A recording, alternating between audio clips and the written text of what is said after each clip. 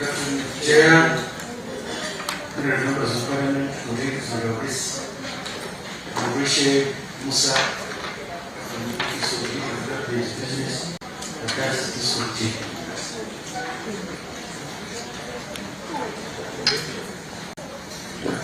Thank you, Chair, and honorable members. We expect that you always see that to this committee.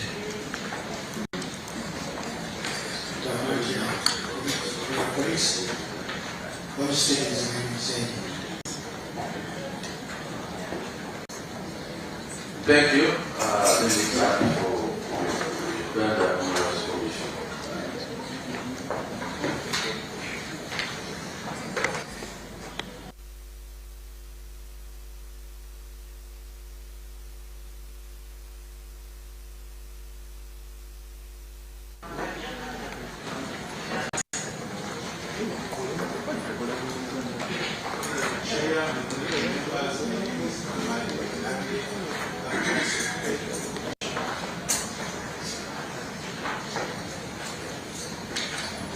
Honorable Chair, honorable members, ladies and gentlemen, acting director of Council Administration, Honorable Chair, honorable members, my name is Maria,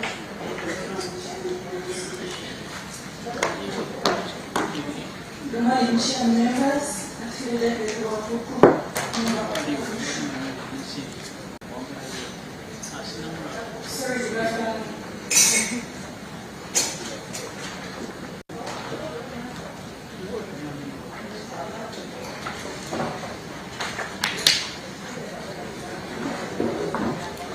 Chair, members, Stephen Cosase. Honorable Chair and honorable members, referee reported, I'm still one Suga, member of the commission.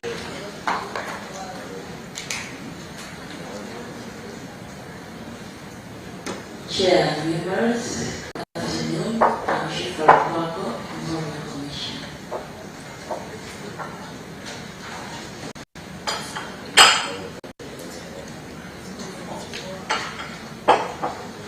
Good afternoon, Honorable Chairperson and Member of Parliament. My name is Abel Samara Peter, member of the Commission. Good afternoon, Chair and members of the Commission. My name is Christine Cahill. I'm a member of the Human Rights Commission.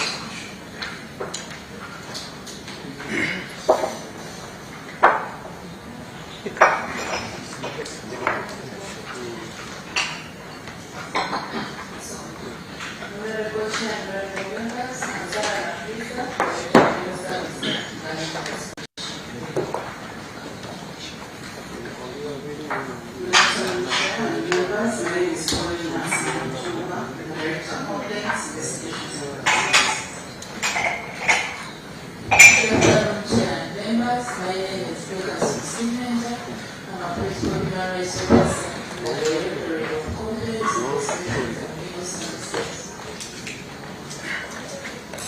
Honorable Chair, honorable members, my name is Cosase, Commission Planning.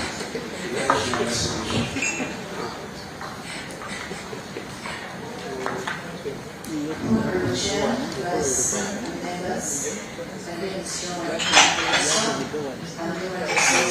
Social Manager and Honorable Chair, members, the budget committee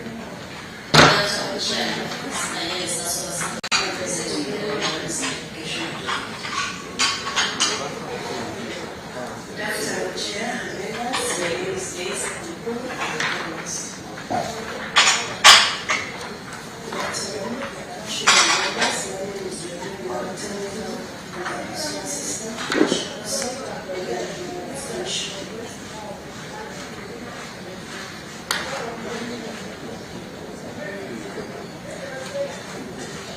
Thank you.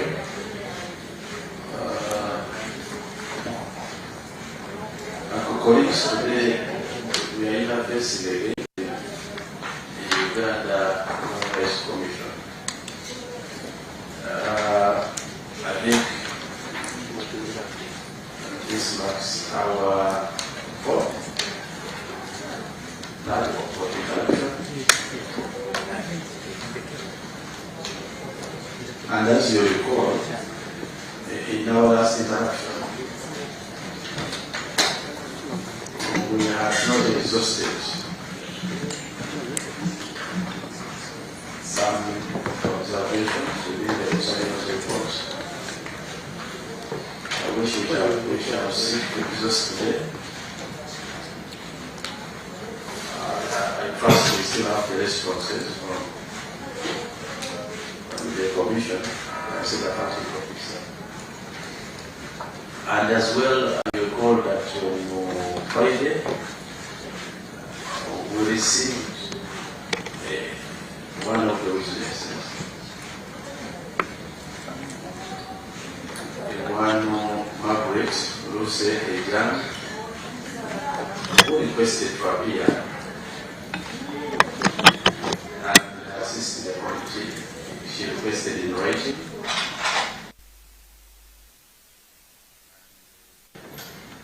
We are informed that the committee interfaces with the Uganda Human Rights Commission today in the presence of the former accounting officer. And they say the former accounting officer wrote to the committee on 19th of August 2026, citing various reasons, including security concerns.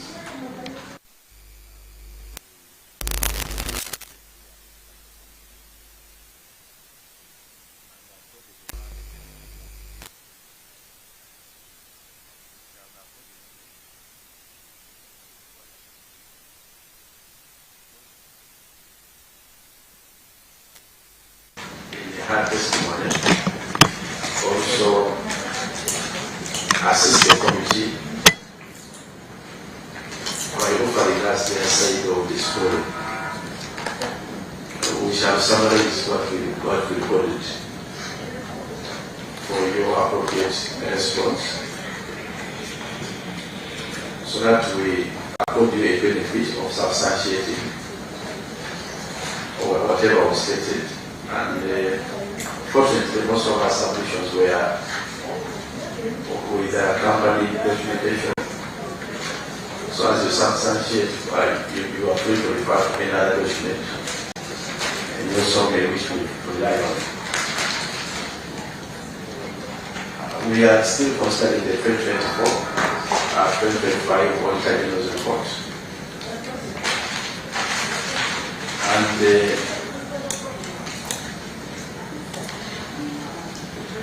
And I would now wish to start with the main part of the reports.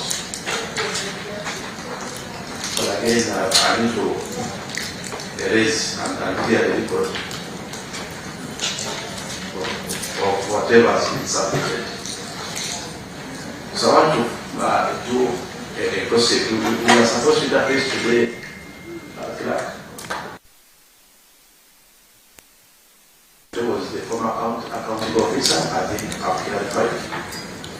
Let's see, appeared on Friday. We have hand based later and evidence report. Where we simply interface with. If I may cross-check my invoice, do you have Dennis Kaketo? Dennis Kaketo. Dennis Kaketo. Where is Bori Nansamba? Nansamba.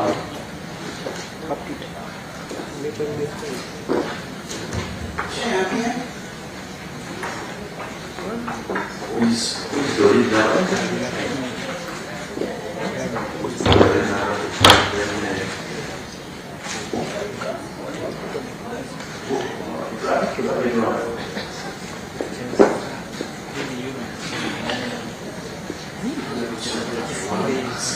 Mukasa. Oui, Mr. Mukasa.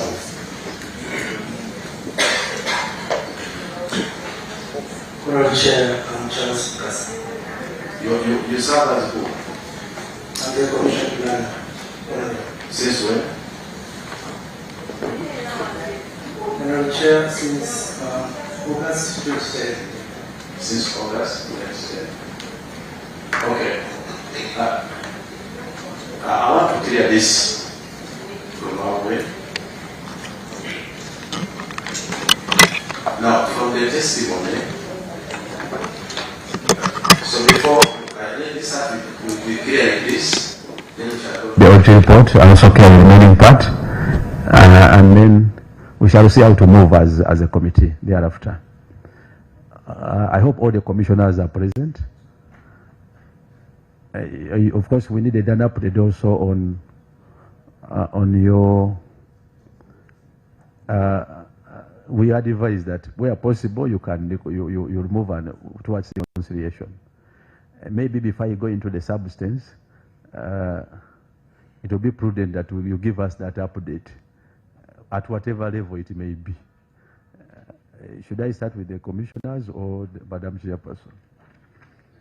Madam Chairperson, any update on the attempts to reconcile as a commission?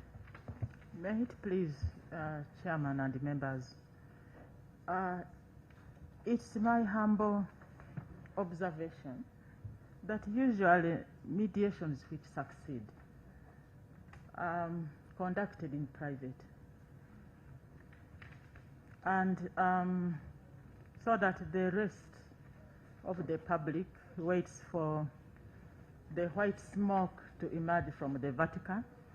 Sorry if I sound blasphemous.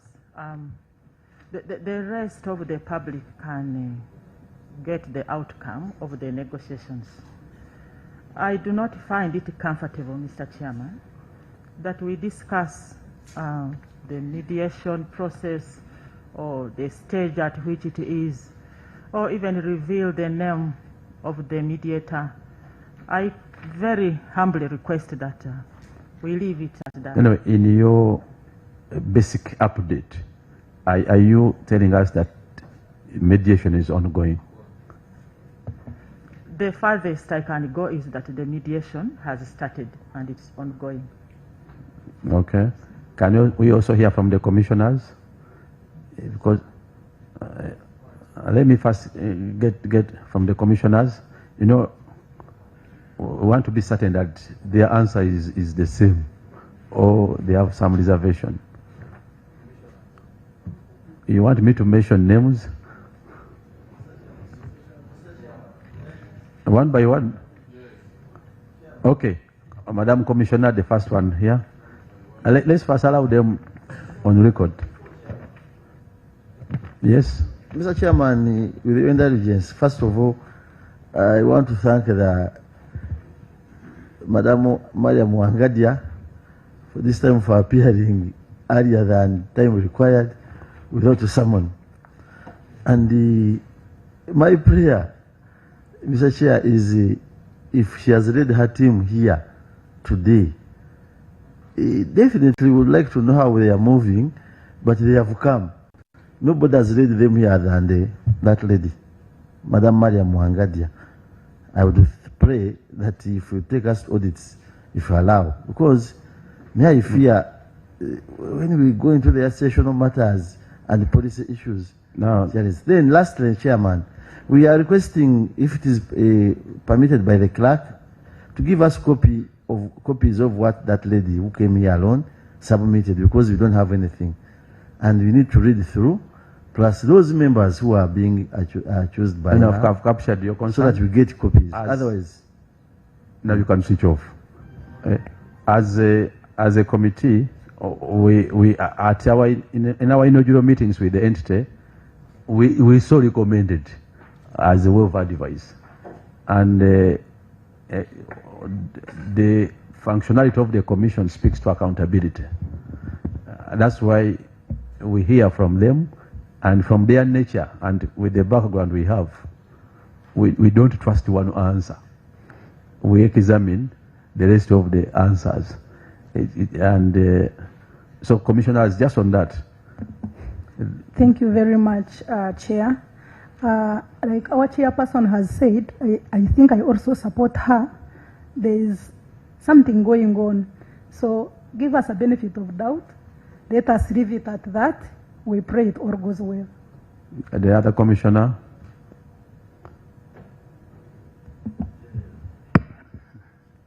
Thank you, Chair.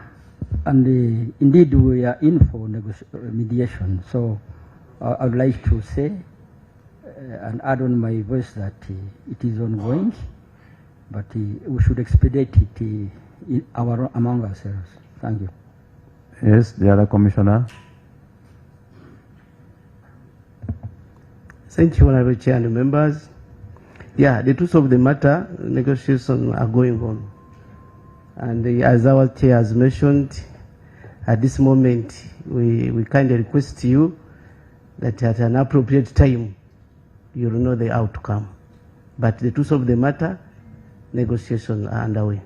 Thank you. Thank you so much, Mr. Chairman. We are moving on well. The negotiations are on, and actually, in a very short time, I think we shall be done. Okay, the other commissioner.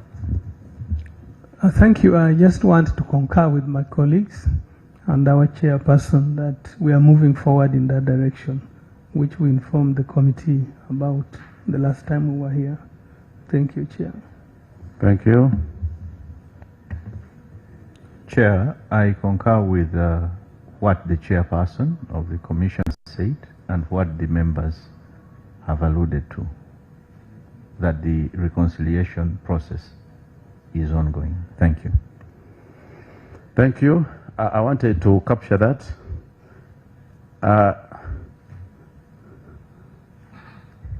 And I want now to move to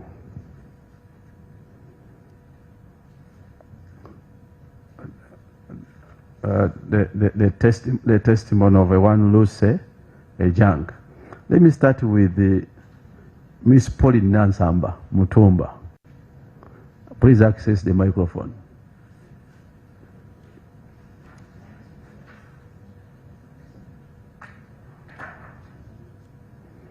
Have you accessed the microphone? Yes, Chair. Miss Margaret Luce Ejang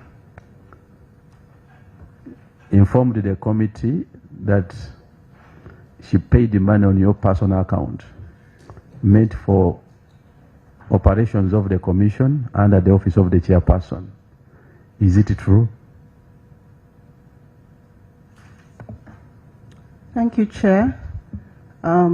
It's difficult for me to respond to that without having a specific activity that she made reference to. But in the year 2024-2025, there are times when money for activities, specifically for the security team of the chairperson, was paid onto my account because an e-cash system had not yet been developed for that purpose, and any monies I received were passed on to the respective officers and they signed for it. How did you pass over the money? In cash, and they signed for it. By then you are serving as who? I was serving as personal assistant to the chairperson. How many times do you remember? I can't recall off head, Chair. You can't recall off head. So your bank account was with which bank? Which bank? Housing Finance Bank. Housing Finance Bank. Can you voluntarily avail a copy, or we demand and process a copy of your bank statement? Yes, I can avail it. How much time do you need? For the period covering 2024-2025. I can avail it. I don't know how long it will take my bank to be able to avail it, but I can make a request and provide it. If I give you today, so tomorrow you can have a copy? I don't think tomorrow would be possible. Maybe Thursday. Yes, I have to request accounting for officer. it. A minute, accounting officer. On which account do you pay Ms. Nansamba salary and emoluments?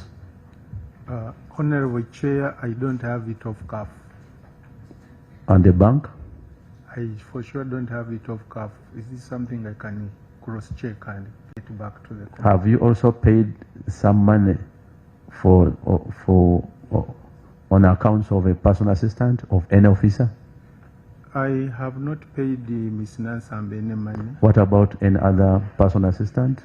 I only paid Doreen last quarter of the last financial year. Yes? I was saying I only paid Ms. Doreen Nabate Yes. in the last quarter of last financial year. You are paying for what? It was an activity to do with stakeholders' engagements. Stakeholders engagement. Yes, please. For who? For the office of the chairperson. Office or Human Rights Commission? Office of the chairperson. Office of the chairperson. Yes, please. Who is the chairperson? The chairperson is Honorable Maria Mwangadia. Does she have a bank account? She does. Do you, She does. what do you pay on her personal account? I pay on her personal account salary and the allowances. What was unique to pay on a personal assistance account? The activity that was being conducted is coordinated by the personal assistant. The chairperson does not directly handle day-to-day operations. Is a personal assistant an office of the commission? Yes, she is. What is the mandate? To run the affairs within the office of the chairperson. And which activities were you paying? The activity was stakeholder engagement. What does it involve? It involves the chairperson interacting with various stakeholders at strategic level. So the money is spent on what specifically? It is spent on refreshments. It is spent on transport refund. It is spent on venue where these engagements take place. Miss Nansamba, can you update us on your employment with the Human Rights Commission? Give us a chronology. I joined the Uganda Human Rights Commission in October 2021. I was headhunted to join to support the office of the chairperson as personal assistant.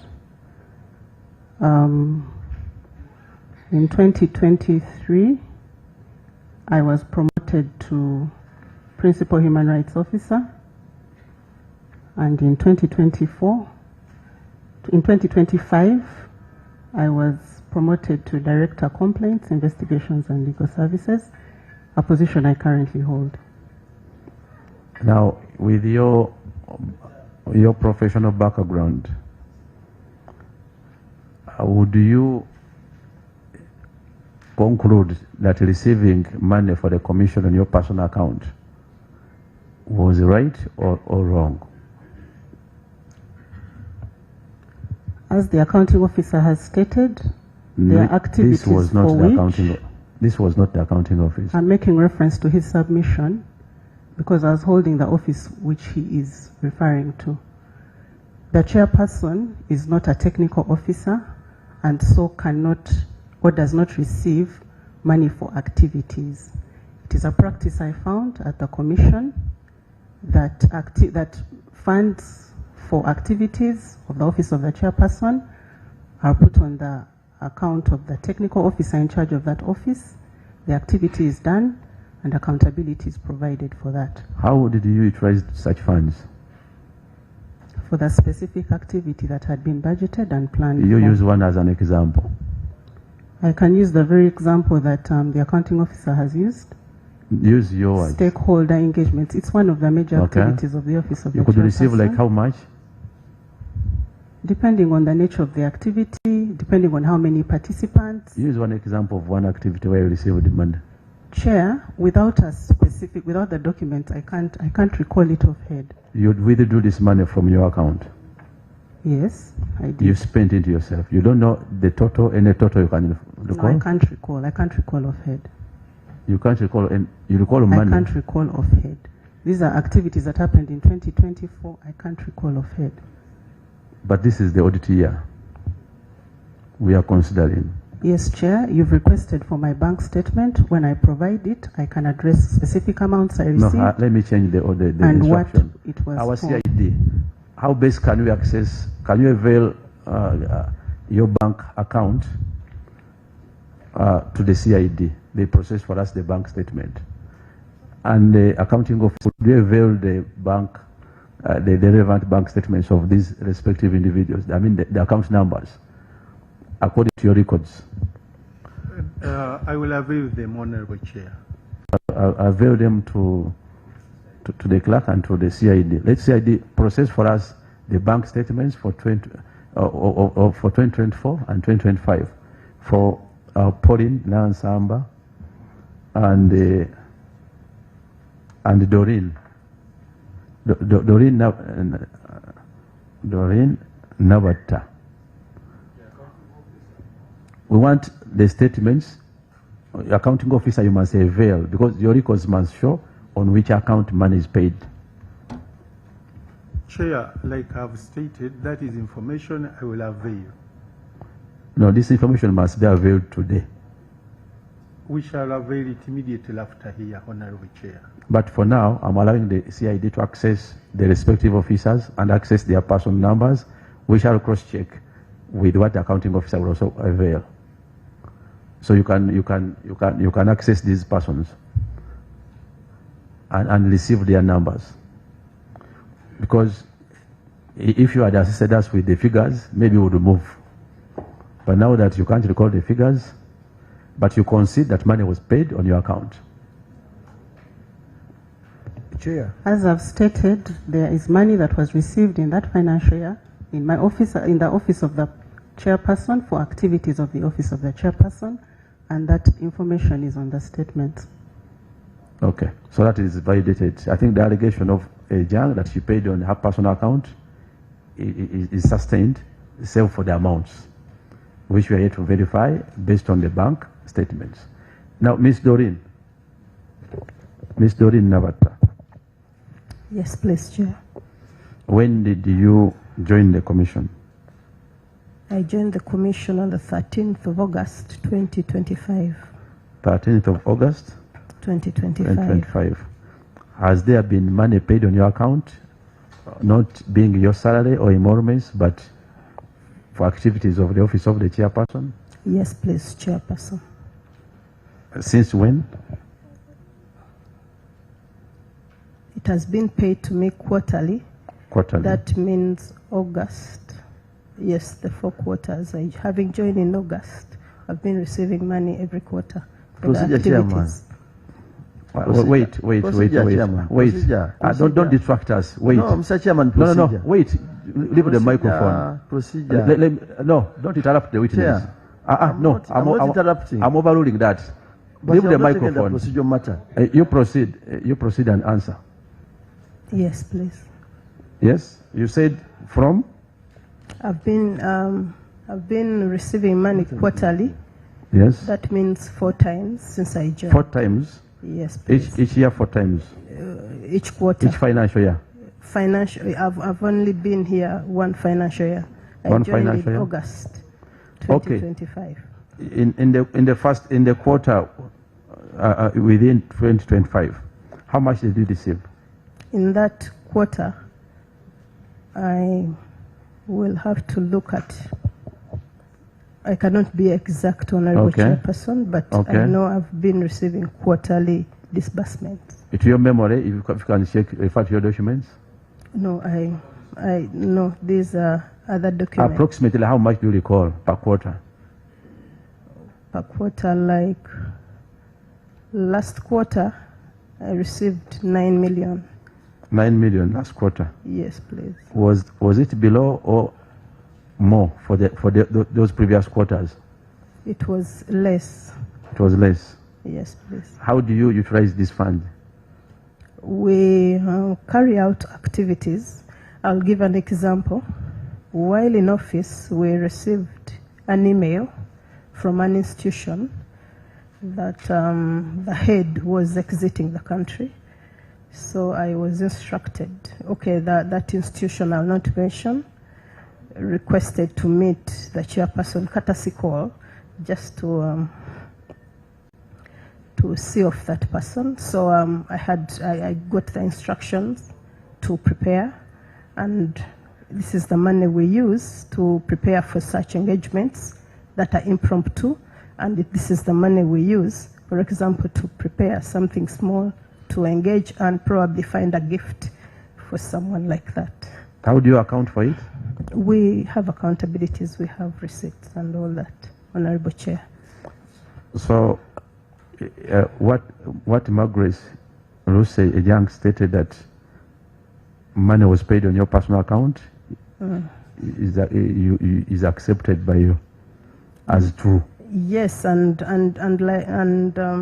this is the practice I found, that it's paid to me and it's used accordingly, and accountability is submitted as required.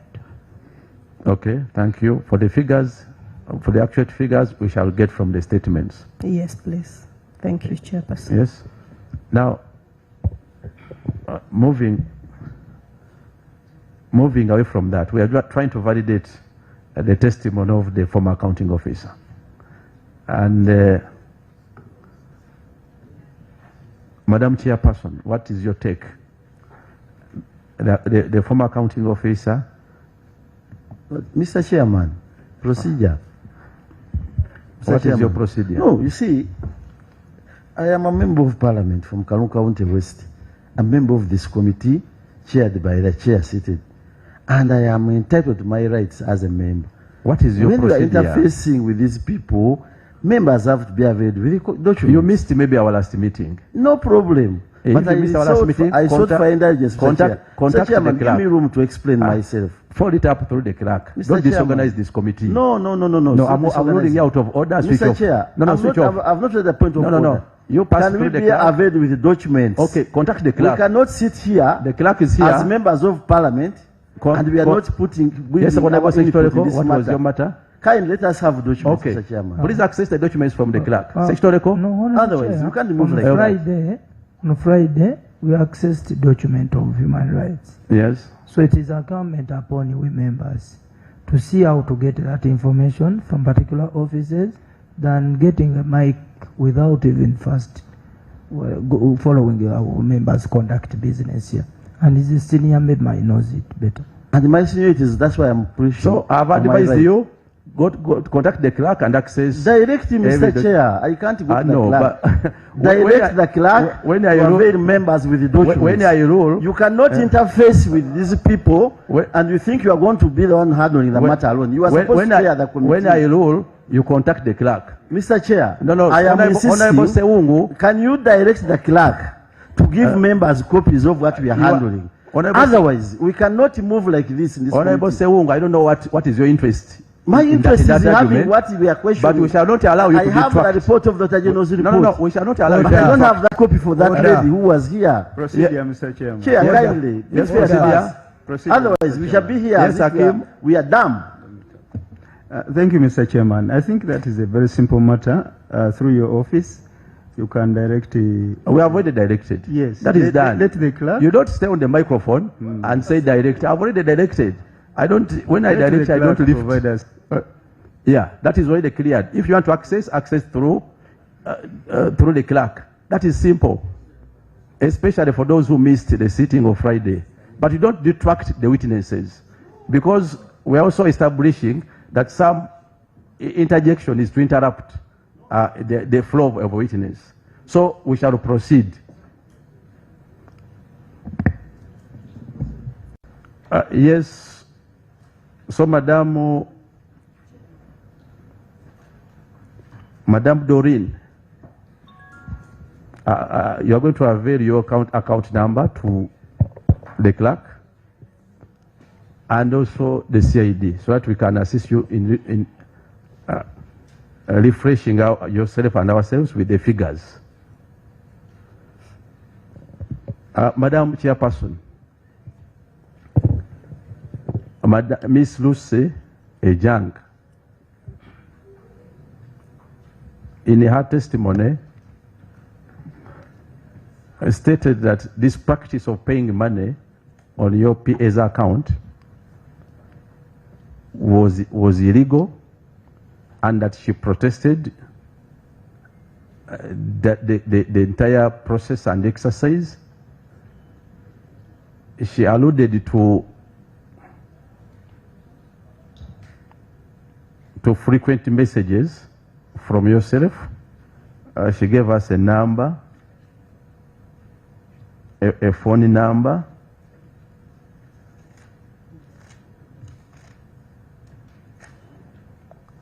Clark, do you have the phone number there?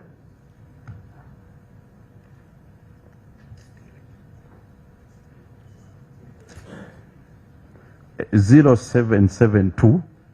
You can record it. 0772 516 840. Is it your number?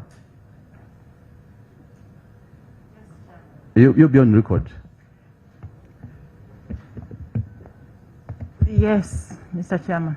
So this number is your number. Is it on WhatsApp? Yes, Mr. Chairman. Did you communicate with the former accounting officer on WhatsApp several times? Once in a while, yes. Once in a while. Now, whereas she revealed several other concerns, she alleged that she only made those payments because she was pressured, but she had stated that she disagreed with the process. Please assist the committee to appreciate this revelation. Mr. Chairman, you've alluded to my issuing perhaps illegal instructions to the secretary. I'm okay, since you've been availed my phone number, to make public those messages which I sent to her, which in your view are illegal. Not the messages. As far as I'm concerned, I have never issued any such instructions to the accounting officer. So you have never instructed the accounting officer to pay on the accounts of your personal assistants? The practice of paying monies for activities on personal accounts of officers is not confined to my personal assistant. The action person who has an activity, who has submitted particulars of the activity, can have money deposited on their accounts. So, for example, maybe a head of a regional office can have money deposited on the account of the office. But when it comes to the actual officers, maybe the investigator who is going to the field to carry out an investigation, or who is going to inspect a prison or a police station, money is sent to the accounts of those officers. As you've heard from Doreen, actually now, like this quarter, I think there is no such money which has been allocated to my office. 0 shillings, actually. So no money has been sent to her account. She mentioned 9 million shillings sent to her account. And I think the activity she mentioned, among others, I think there was maybe an envoy who was leaving the country, and we hosted her or him, and we thought of a gift, like a plaque or something, and several other activities. Those are the amounts, as you've heard.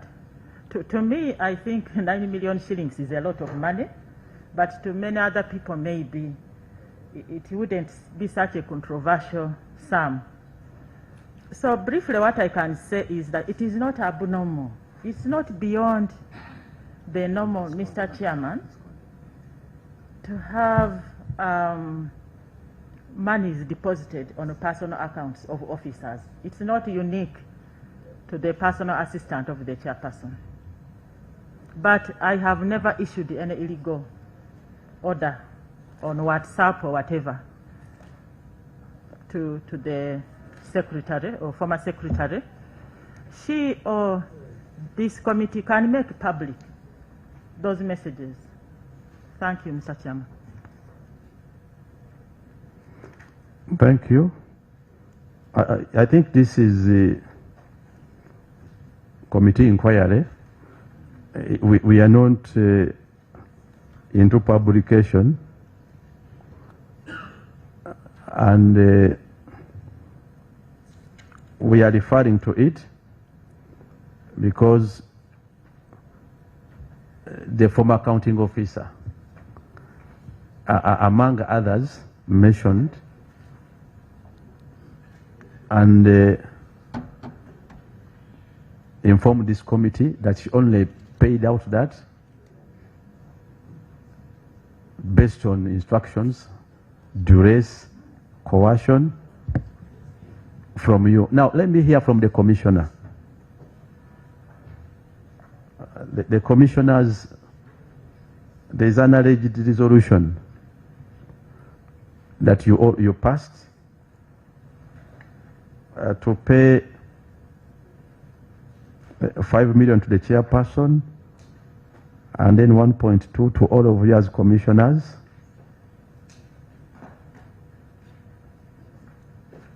Over and above your entitlements, which the accounting officer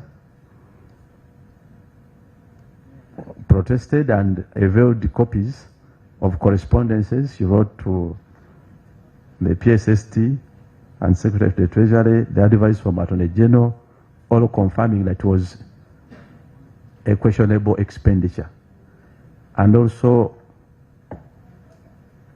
dividing up the powers of the accounting officer.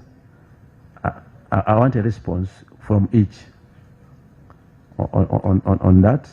What is within your recollection? Yes, Commissioner.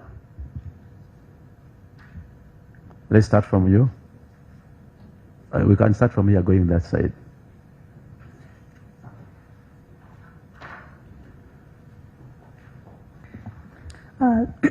Thank you, Chair. I am not aware of such monies being paid to me.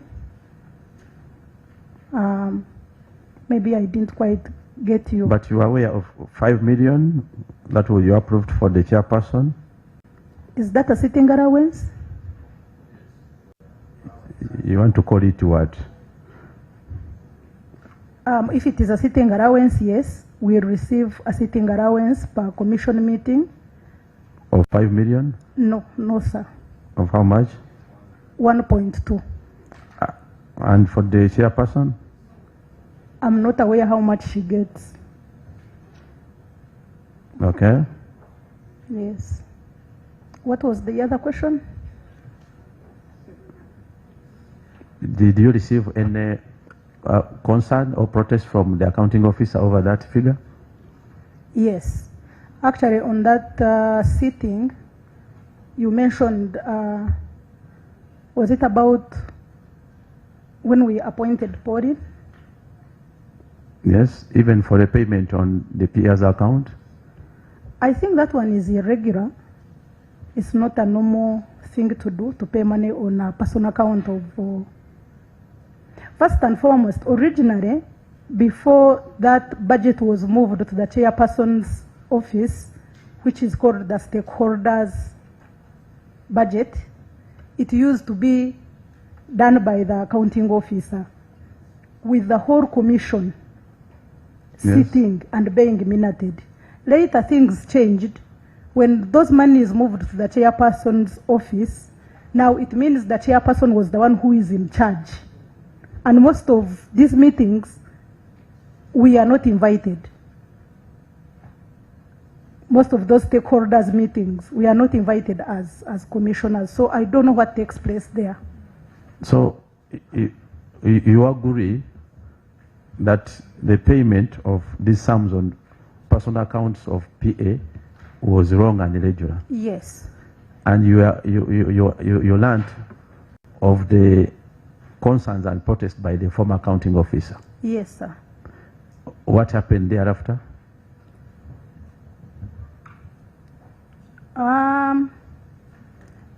There is also the other issue. When we talked with the former accounting officer, he came very many times crying that he is being pushed to pay money is irregular, and she fears for her life that she might face prison. And actually in that commission meeting where we sat to appoint Pauline to give her a second office, 3 of us as commissioners, we also protested. There is also the other issue that we would hold a commission meeting, minutes are made, and after, those minutes are falsified. And it was part of her revelation. We would agree on something like, for example, we are here, we agree that this is what we are going to do. It is minuted that Honorable Jacqueline, in her own words, she said A, B, C, D. Then you find that what you said actually was changed by the secretary. Myself, I went there to question why, and she said she is told to, you do this, you do that, being coerced and all of that. So I agree, it's true. I met her and on many occasions, and she told me that she's being coerced.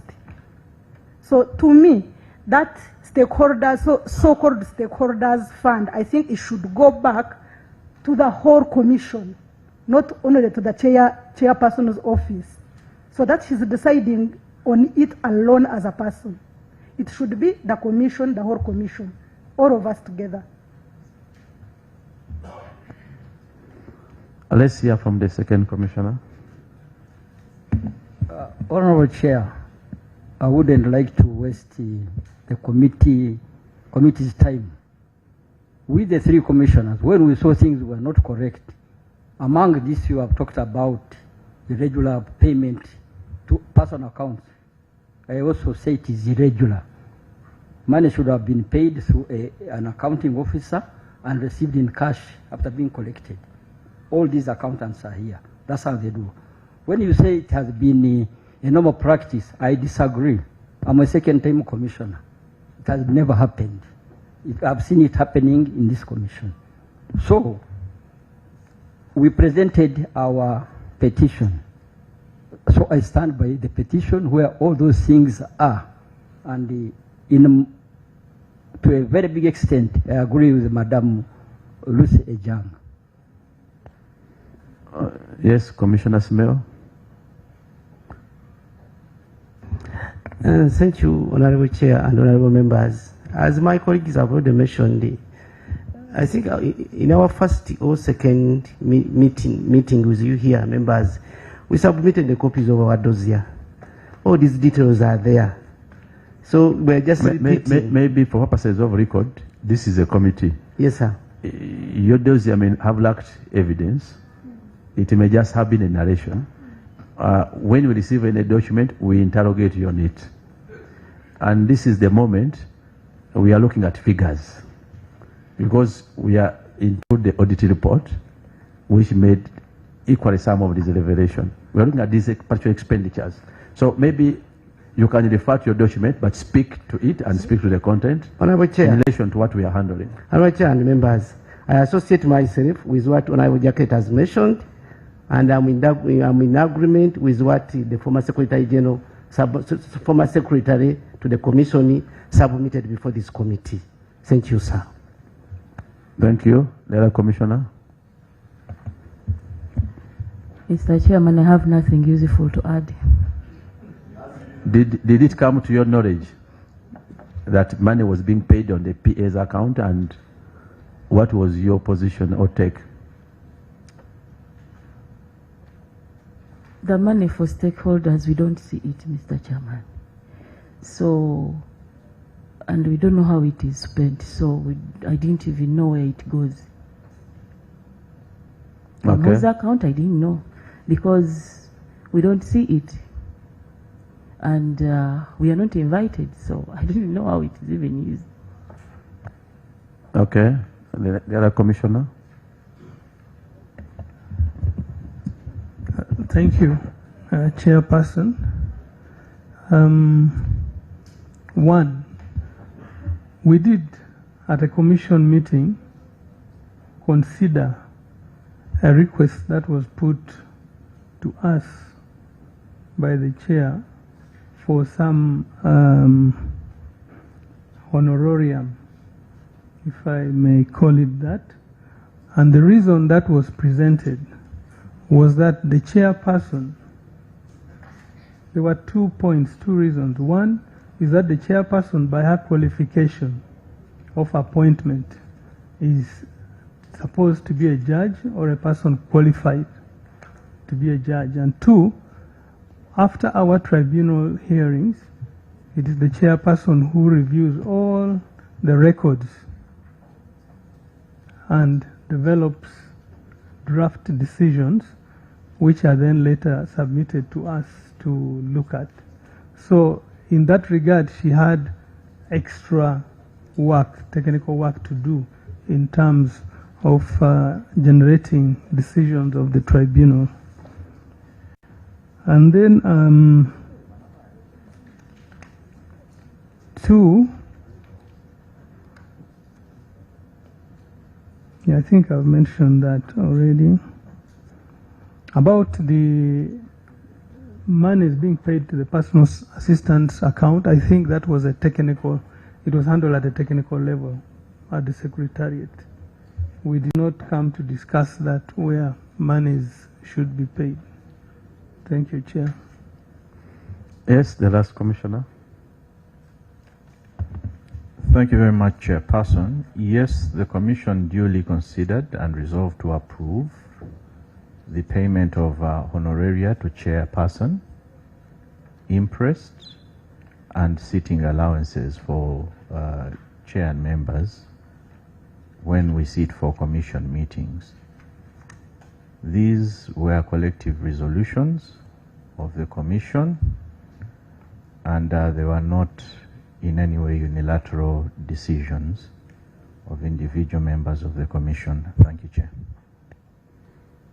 So you are saying that these other commissioners are aware and we are part of the commission meeting, if I want to get a clear position of your submission? Yes, because we resolved that we should get interest and sitting allowance. They were made, those resolutions were carried in a commission meeting.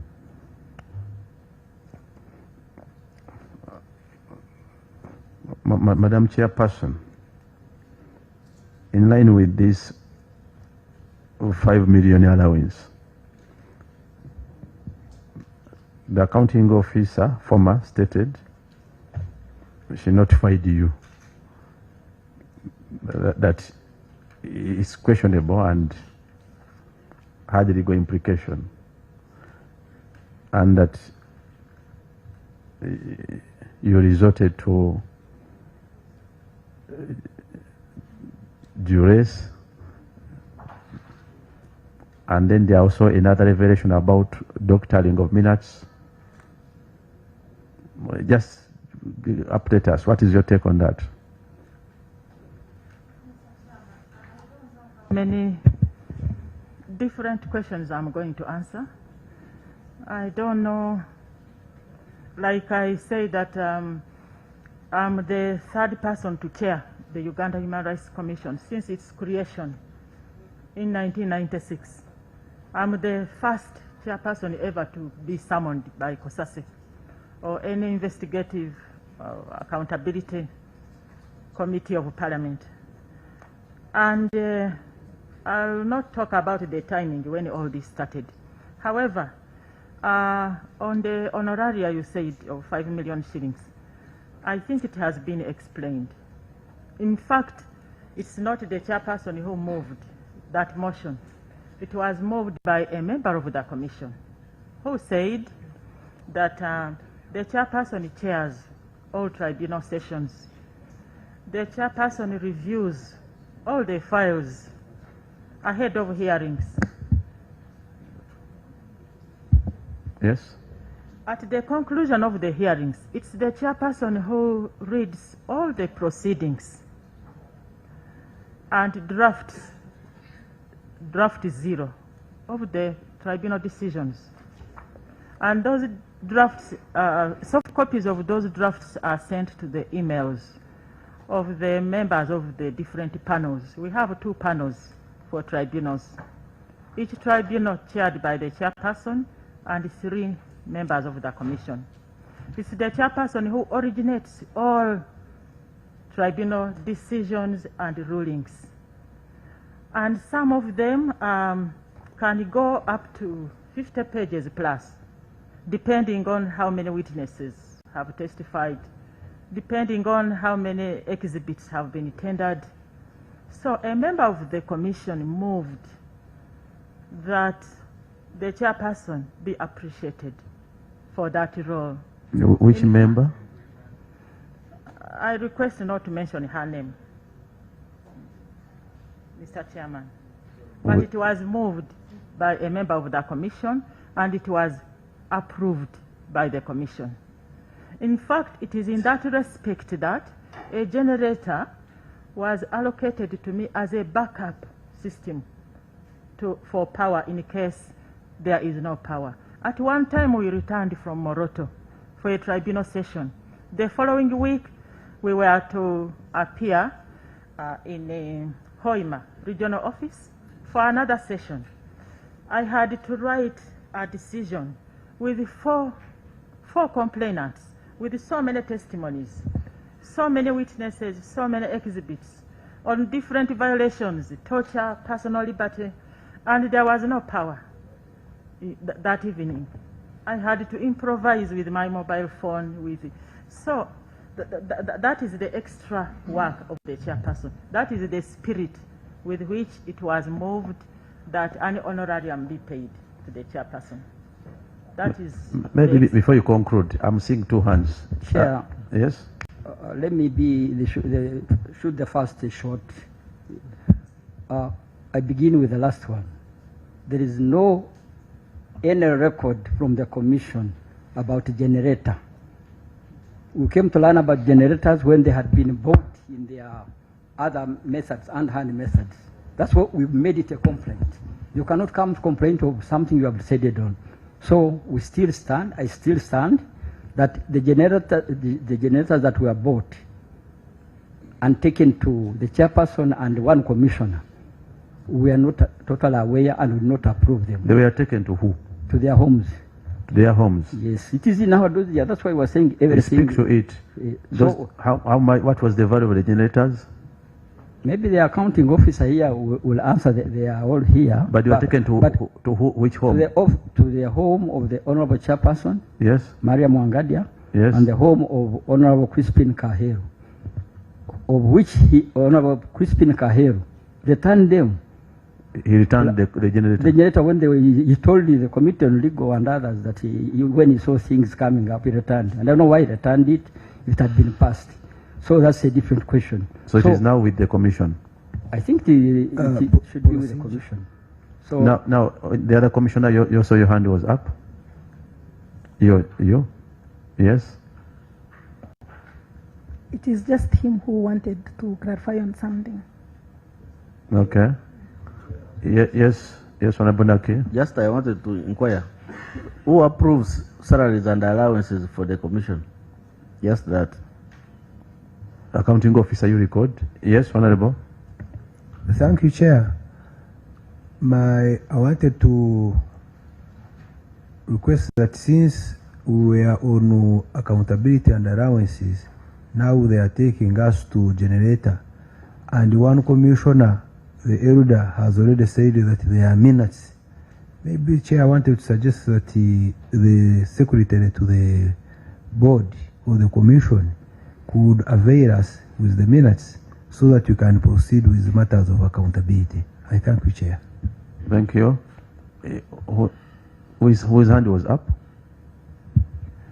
Chair, I had wanted to know from the chairperson, because we're talking about matters of money, and she says one of the commissioners whom she can't mention, could she be herself maybe?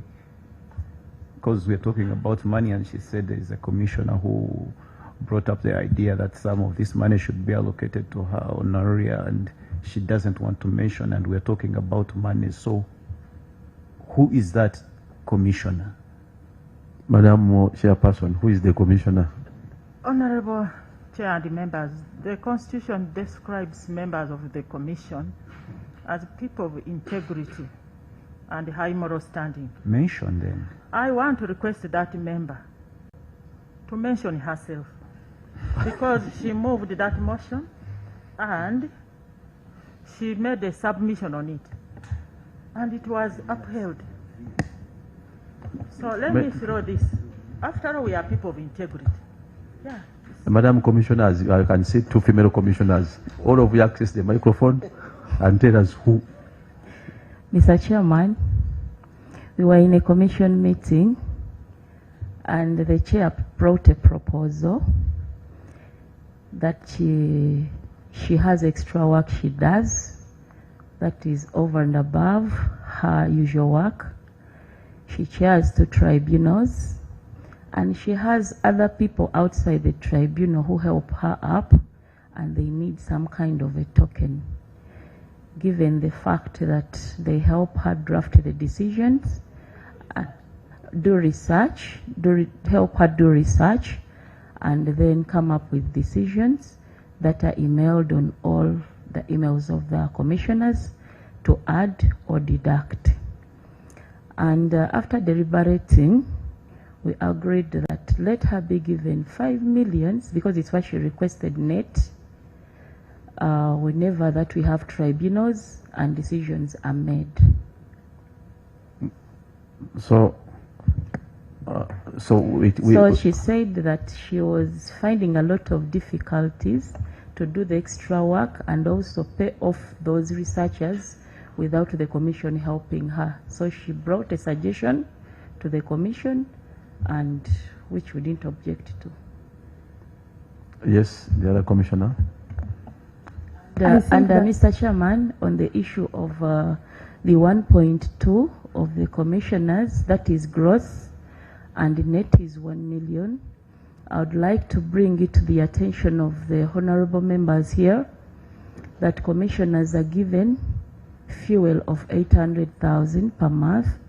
That is less than 30,000 per day. And we are expected to work every day.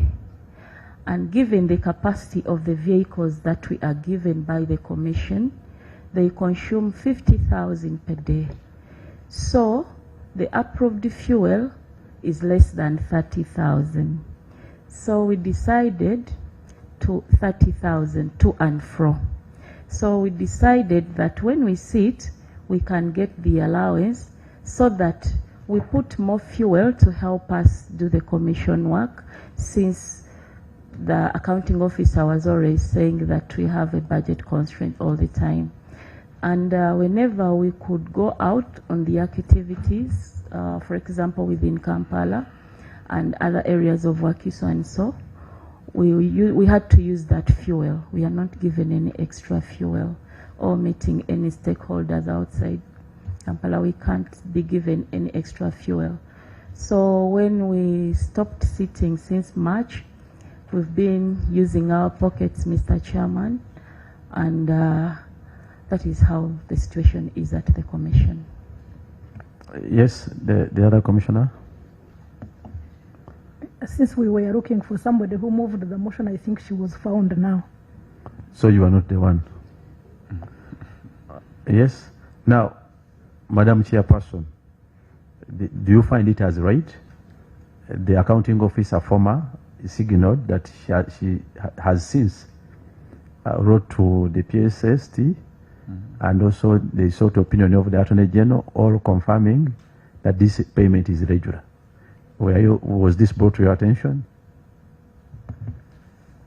I will request to see that opinion, which says paying the honorarium to the chairperson is irregular. I have never seen it. What did you see? If I saw it, I would have told her to stop. What did you see? I have never seen it. There are 2 issues: the payment of that amount, and there was a secondary issue of dividing the roles of the accounting officer. She alleges that you instructed that her role be divided to 2 other persons, and that some of the expenditures was actually done by other officers you assigned, not the accounting officer. I think it had to do with helping her with the writing minutes of the commission meetings, because those minutes at the end of the day are signed by the secretary and the chair. And I think the other role, I don't remember, but eventually that was stopped, and the secretary resumed doing all those roles, including doing the minutes on her own. Was she involved in spending the 10.4 billion additional funding? The supplementary budget? Yes, was she involved? This one, maybe the accounting officer can talk to that, address that. Briefly, there was a justification for seeking that 10.4 billion. In fact, the immediate former Attorney General, I think, is the one who wrote, did he write to the President? Yes, owing to the gaps we had. And as to how it has been spent, I know that there is 2 billion shillings, which is it MTF, you said? For salary enhancement, 2 billion shillings. It is unspent. The rest, let me request the accounting officer to explain how it was spent. This accounting officer? Thank you, although she alleged that you forced her into dividing the roles, and you accordingly divided the roles of the accounting officer to 2 more persons. It's as if you are saying, responding to. It's as if you are saying that you only delegated only the role of being a secretary. Is that your answer? Writing minutes, and I think doing certain approvals of amounts below a certain figure, which I don't remember off the cuff. However, that was reversed. It was corrected. So you agree that dividing the roles, as she alleges, was wrong? I'm aware that in some other institutions, sometimes the role of writing minutes during board meetings or commission meetings can be taken up by the secretary, assisted by another officer. I mean, in terms of the approvals of those expenditure, you are talking about lower amounts, and do you find it tenable?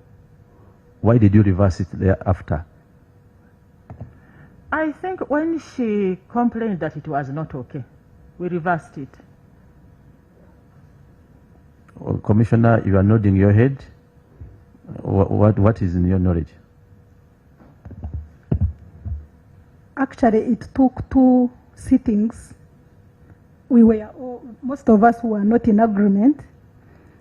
That the last meeting that enforced 2 people to sit in the commission meeting, I remember the secretary cried throughout that commission meeting. It was so intense. It was forced on her. And it came as a decision predetermined by two, the chairperson and 1 commissioner. It was a really heated... When you say 1 commissioner, you mention the name so that others remain... Crispin Kaheru. So that he gets a right to respond. Yes? Yes, Honorable Commissioner Crispin Kaheru. That commission meeting was so tough. Some of us, if the minutes can be extracted, you will see that some of us completely refused that we are not going to have other 2 people, because already... Who are those 2 people? Director Nansamba and the planner Mukasa. And it is not because that the secretary was unable. Repeat. You said the 2 people are who? Director? Nansamba Pauline and the planner Charles Mukasa. And it should be on record that actually the secretary was not able to record meetings. That is her role, and which she was doing so perfectly well. So some of us, we didn't get the reason why other directors should come in our commission meetings. It was also illegal, by the way, to come in our commission meeting, because you see, a commission is the chairperson and members and the technical team, the technical person being the secretary. So there is no way you can say that, was she sick not to record minutes? What was wrong with her? So those two people were forced to come in the commission meeting, reason known to the chairperson. So later, when we put our foot down... No, I mean, are you aware they also got involved in approving some expenditures? Maybe that was the reason why they were brought in. So on the following commission meeting, we actually refused totally. That's when we said, no, we are not going to have any more commission meeting when we are having two people that are forced on us, who are not the secretary. That one should be on record. Maybe you have over made references to Commissioner Kahiru. Well, please access the microphone. There are two issues they are putting on you: the issue of the generator, now this issue of the accounting officers splitting the roles. Please assist us to appreciate your role. Thank you, Chair. Now, I did not move a resolution or predetermine the delegation or allocation of roles to different staff members, as has been alleged.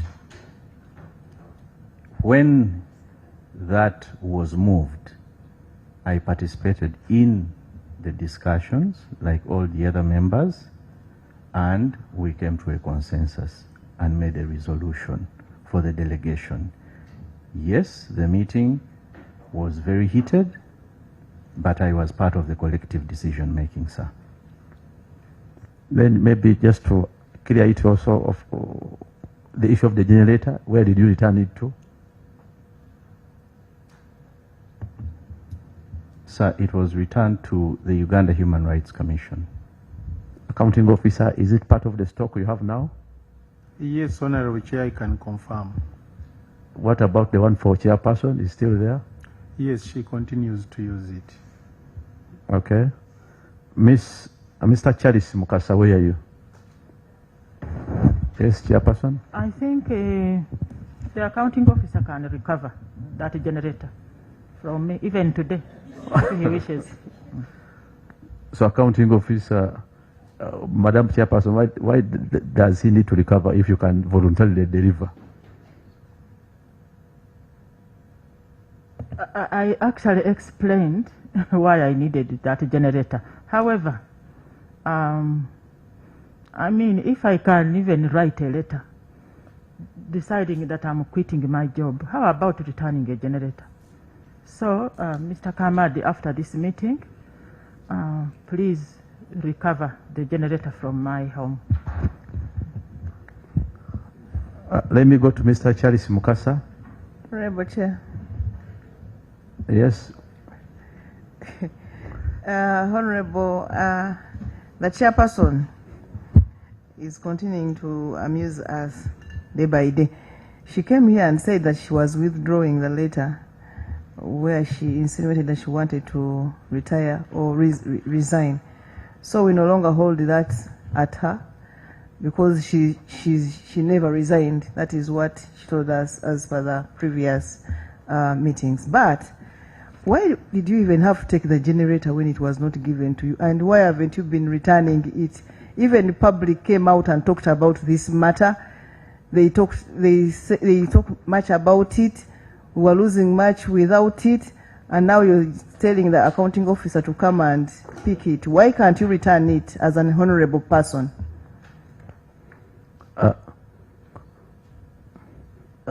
Yes, Honorable Sarah. Thank you very much, Honorable Chair. I thank God that the Republic of Uganda established Uganda Human Rights Commission. But it is so unfortunate that instead of protecting the human rights of the Ugandans, we are just in these ropes which are being pulled by the administrators of the Human Rights Commission. My concern is about, sorry to call you madam, what is your name? Nansamba. Nansamba. Right now, which position are you holding at Uganda Human Rights Commission? Director Complaints, Investigations and Legal Services. How did you join Human Rights Commission? Maybe to save time, ask your question fully. That's what I'm asking, Honorable Chair. She will answer. No, what I want to know, how did she join Human Rights Commission? Did you join as a director? No, I did not. And earlier on, Chair, I said that I was headhunted to join as personal assistant to the chairperson. Okay, my question is, if we have the human resource person with you, my question is, what are the qualifications of the PA, personal assistant, who was headhunted to be brought to the Human Rights Commission? Then how did you elevate to your position today? I think she will answer. You raise the questions. Let me first speak the questions. Is your question done? My question is done, but I wanted to know if she was the PA, how did she elevate to that level? That is, we shall also engage the HR and get the proper records. So let me protect her for now to organize her answer. Yes, Honorable Sewungu. I am reporting through the clerk as refusing me any document. I am so redundant and I don't want to see myself as if I'm proceeding under Rule 198 in this committee. Chair, okay, I am sorry. I don't want to see myself behaving as if I'm under Rule 198. Okay, let me assist you in this way. And you gave me the copy of the audit report, but now the clerk is misbehaving before you by not giving me what that lady. Okay, let me assist you here. Part of the submission from the lady was verbal for those who attended. We captured on record. So it is within the minutes. Mr. Chair, we can transcribe. Well, and at this level, we don't share because we are generating a report. There are some of these interfaces which are recorded exclusively by the clerk. But for the attachments, the documents she referred to, you can come as I view you witness them with the clerk. He has a big Chair, file. I'm going to seek for permission that for today, very painful, I'm going to excuse myself from this committee as we proceed. Otherwise, because me as a member who has benefits of this committee under your powers, I don't want to be seen trying to oppose my chair. Honorable Sewungu, and the clerk cannot print for you minutes of a meeting which is ongoing. Maybe for guidance. There is nobody to appear here. Okay, in whatever form she appeared, members can gain benefit of what she brought. Even those being accused by the other person. They get copies. Honorable Sewungu, speak for yourself. I'm not speaking, but don't speak for for myself. the witnesses. And by the way, I got a testimony from more than 4 members claiming that they are receiving concerning calls to come and disorganize this meeting. And if they volunteer, but at least we kept that can't be Mr. Chairman. That can't be me. I don't want to assume. That can't be Mr. Joseph Gonzaga. So for those who came and reported, we are going to insist that the meeting and the witnesses and evidence of the committee is protected. You are permitted to come to the clerk as we view and cross-check. The clerk has to come to me. But in terms of the submissions that were given, the clerk has not yet been permitted to share what is transcribed here. Let's move to another member. Yes, Honorable Hakim. Thank you very much, Mr. Chair. Mine goes direct to Director Nansamba. Pauline, I have some allegation it's not yet confirmed information that some members in the commission goes ahead to benefit benefit. Can we be protected, Mr. Chairman? That some members, some employees within the commission goes ahead to enjoy benefits which are not entitled to them by their offices. For example, Madam Nansamba goes ahead to travel in business class, yet is not, she's not entitled to benefit traveling in a business class as per her office she's occupying right now. I wanted to confirm with her, is it the right information which I have, or is it just an allegation? Thank you. Yes, Honorable. Thank you, Honorable Chair. Habiara Fortunate, MP Mufumbira North. To the chairperson of the commission, the generators that you procured seem to be industrial generators. The extra work that you were doing and the power that you needed in processing it, did you really require an industrial generator? 2, persons of the commission are of high integrity. When it became an issue, Honorable Kaheru, Chairperson Kaheru, Commissioner Kaheru was honorable enough to bring the generator. You being a person of high integrity, why can't you return the generator to the commission and you maintain your integrity? Thank you.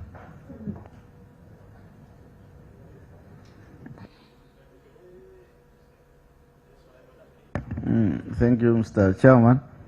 Just for me, I want to be educated regarding Nasamba. I see probably she was accelerated in terms of promotion. Is there like a minimum amount of time somebody, according to the public standing orders for public service, isn't there like time minimum where somebody is supposed to spend in a particular position before moving to the next position, unless maybe there are exceptional circumstances, maybe you have performed so excellently that they cannot wait. So I want to understand whether that promotion was in line with the public service rules. Then another issue is on the pre-qualification of service providers, because I've seen cases where you are saying you deposit money on staff accounts, then they pay maybe hotels where you are holding the meetings with stakeholders. Don't you have like a list of pre-qualified service providers where you already have the bank, you have done due diligence on them, you have bank accounts, and then the payments go directly to service providers? Do you need to first give somebody, then they take in cash? Or you could transfer directly from the account of the commission to service providers? Thank you. Yes, Honorable. I wanted to learn from the procurement officer. Are you familiar with the generator story? And it again speaks to the leadership. If like there is a lot of money languishing around, pick by this, pick that, is equally again the resignation inspired by a lot of what you want to leave behind, the sort of chaos we're seeing. Thank you. Yes, Honorable. Thank you, Chair. One is that following the communication with interface with the former secretary, she indicated that the allowances to commissioners 1.5 and the 5 million had not been budgeted for. And we want to hear from the officers. Now also too is that the additional 10.4 billion was made for some activities, including tribunal sitting and conferences. But from the previous interaction interface, some commissioners indicated that they had not had such tribunals and what. So want to again clear that. Then when it comes to more information from the secretary, former secretary. She told us that the entity has been in the hands of 3 officers. The planner had become an administrator, is one of them, who is the one called Mr. Mukasa. Then the Madame Nasamba, and I think chairperson, that the commission was sitting on your heads. We want to get clarification from you. Then finally, for us, when you are here, when you are there to fight for people against inflicting on their rights, but you yourselves within the entity, you inflict on others' rights, what should the public expect from you? Thank you, Sir Chair. Thank you. Yes, Honorable. Thank you, Chair. Chair, the Constitution of the Republic of Uganda is the supreme law. Article 55 of the Constitution talks about expenses of the Commission, and in particular reference, Clause 2, Chair, with your permission, if I can read it for our own benefit. It says the chairperson and other members of the Commission shall be paid such salaries and allowances as Parliament may prescribe. Chair, we've had a revelation that the Commission sat and tried to increase some allowances and emoluments. Chair, I don't know whether the Commission was aware of this particular article, and in particular reference to Clause 2 of this same Article 55 of the Constitution. I thank you, Chair. Thank you. Honorable Sarah, anything burning? Yes, Honorable Chair. Just in addition to Honorable Nachi's concern, I would like the accounting officer to clarify who is really responsible for the payments of any services or any activities that take place at the Uganda Human Rights Commission. Thank you, Honorable Chair. Lastly, Honorable Nangol. Lastly, Mr. Chairman, thank you. Mr. Chairman, in the introduction, I didn't hear about the internal auditor. Madam Chairperson and the accounting officer, do you have an internal auditor? Did you do your job? You have internal audit reports. Did you raise these issues in your internal audit reports that members are asking? Because this one should have come in your internal audit reports. Madam Auditor, can you be on the mic? Thank you. Because all the things must have been captured in your internal audit reports. Let me start this way. Auditor, be on record. You could get this microphone. Let's earn this out. Did you audit? Did you capture these revelations? Yeah. Is it on? Or will be? Come and use this. No, it is on. Yes. Thank you, Chair.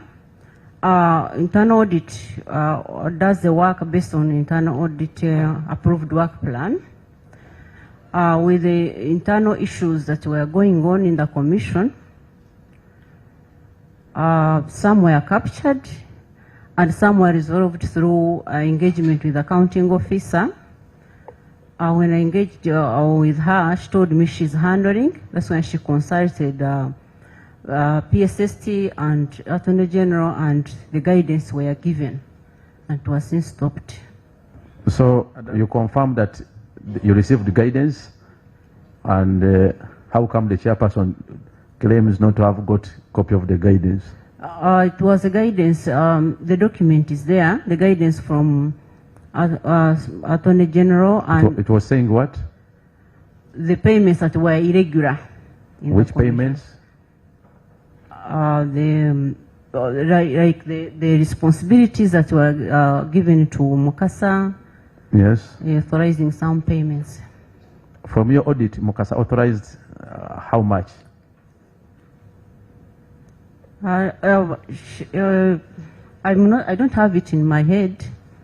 Yes, maybe that. Yes, please. But you have it in your records.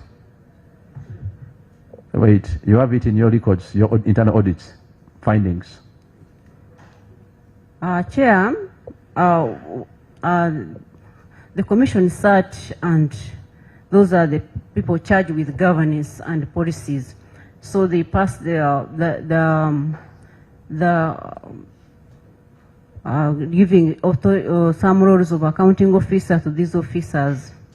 So when they discussed with the accounting officer, she told me she's approaching PSST for guidance. And then I could not go further, waited for the guidance, and it came, and things were put right, Chair. But by the time the guidance came, already some roles of the accounting officer were being executed by other officers. They were executed. For example, what Mukasa was used to do was to approve, to sign on leave forms of the managers and officers below. I don't have a record of where he signed the procurement of anything, or as PP Form 5 to authorize the procurements. But he was approving reforms, appraisals, and work plans. That's what I have in the record. But the guidance were given, and it stopped. Okay, before I turn to the accounting officer, Mr. Mukasa. Mr. Chairman, just one. Let me first capture Mukasa. Charles Mukasa. Yes, Honorable. You were given and assigned roles of the accounting officer in existence of another substantive accounting officer. Did you advise your bosses, or you were not aware? Honorable Chair, advise them on what? You used to sit in commission meetings? For the period I was assigned additional responsibilities. And what were those additional responsibilities? Honorable Chair, I received a letter from the former Secretary, Accounting Officer, Vote 106, Uganda Human Rights Commission, dated 8th September, under reference 17000, and she communicated to me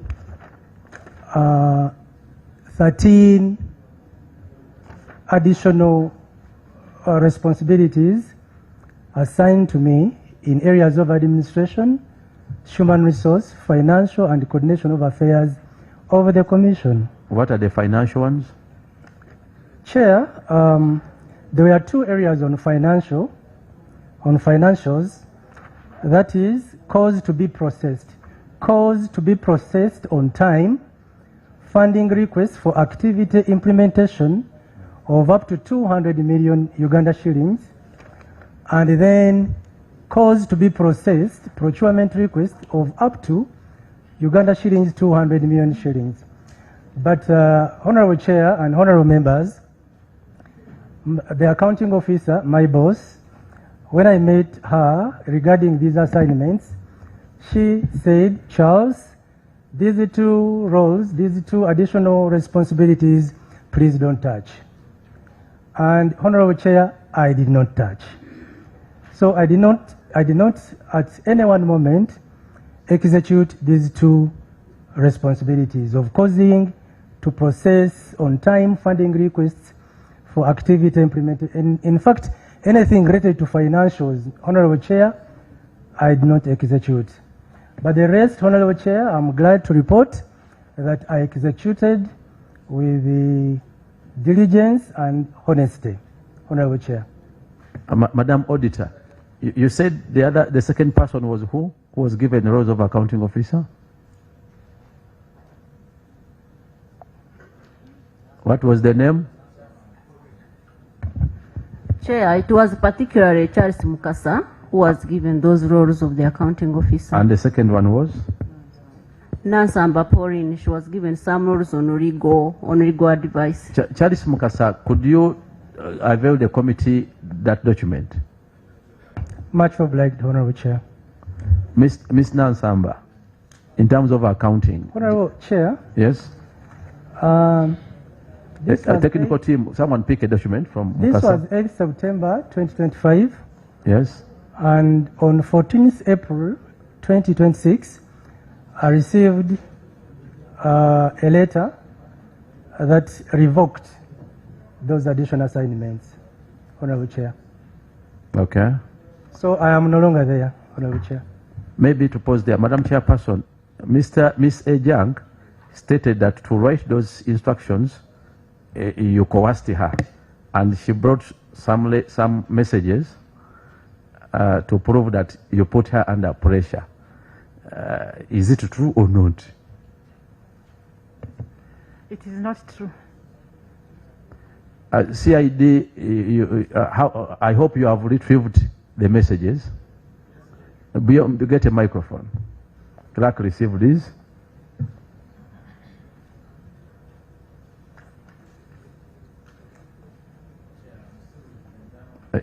Yes, you can access that microphone.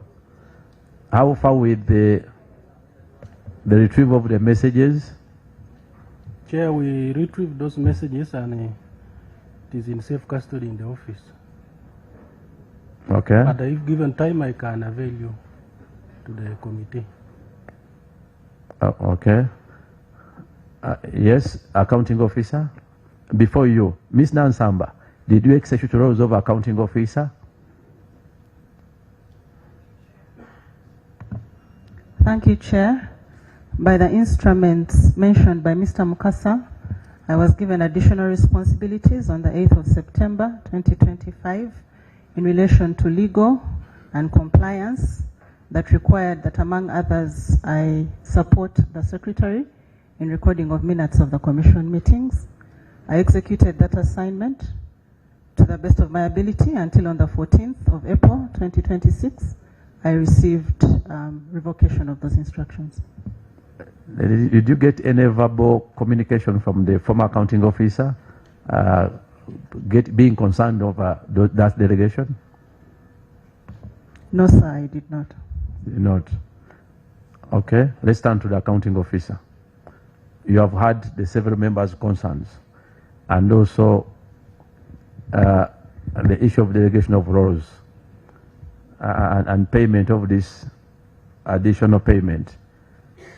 Has it come to your knowledge that this additional payment was made, or you still make it?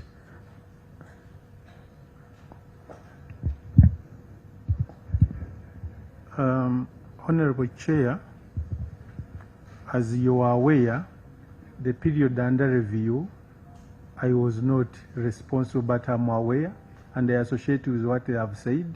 Those roles had been assigned to Mr. Mukasa and Ms. Nansamba, and they executed them like they have said until April, when I assumed office. That's when those roles were taken away from them. Okay, and then to the other members' questions. There is a honorable member who asked who is responsible for payments. The answer is the accounting officer. Since when? The 17th of April this year. And the other questions? Question was on the 10.4 billion supplementary. In our last appearance, the Commission planner submitted the document, the work plan detailing how the 10.4 billion was utilized. But broadly, Honorable Chair, it included 2 billion for salary enhancements. It included money for ICT equipment. It included money. It included the money for core activities of the Commission. That is complaints management, research, education and documentation, monitoring and inspections. In fact, before the supplementary, those core mandates were oscillating between 100 and 300 million. For instance, monitoring and inspections was receiving 150 million before the supplementary, but after the supplementary, the figure shot to right now about 800 million.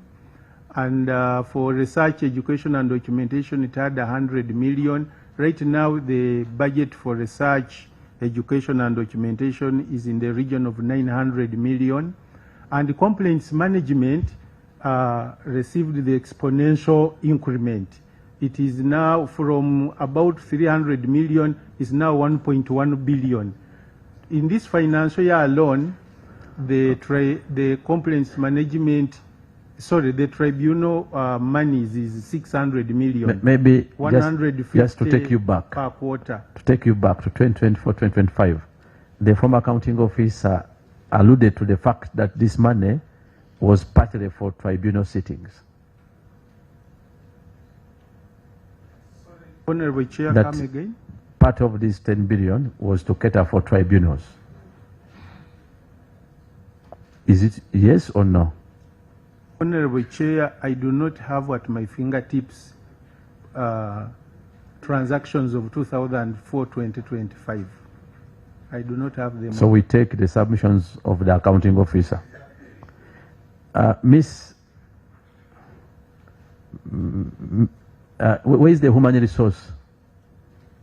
There was a question to do with how staff on promotion, internal we shall return. Yes,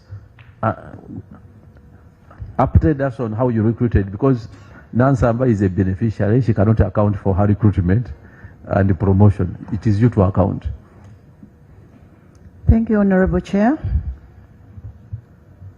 Nansamba was headhunted by the chairperson of the commission, having come in as a personal assistant to the chairperson. And she joined the commission on 1st October 2021 in the position of Senior Human Rights Officer, personal assistant to the chairperson.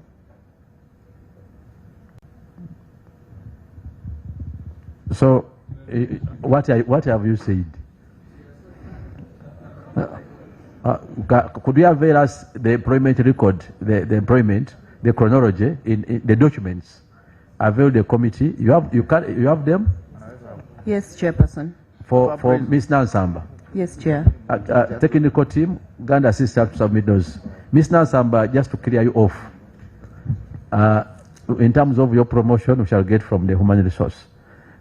Ms. Nansamba, there was another serious allegation made by Ms. Ruse that you close deserving human rights cases without following the proper Uganda Human Rights Commission manual or process, and that it is done by you and the chairperson, that there are several deserving cases you have closed on your own and in your capacity. Maybe be on the record to assist us and understand what you have done, what you haven't done in respect to cases and their closure. Thank you, Chair.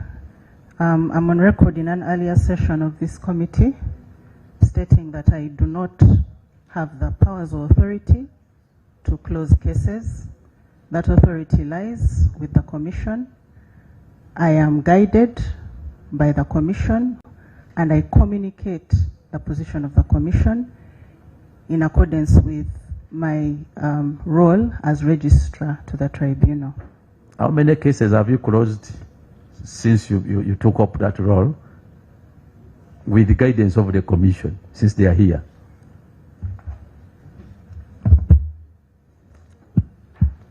Chair,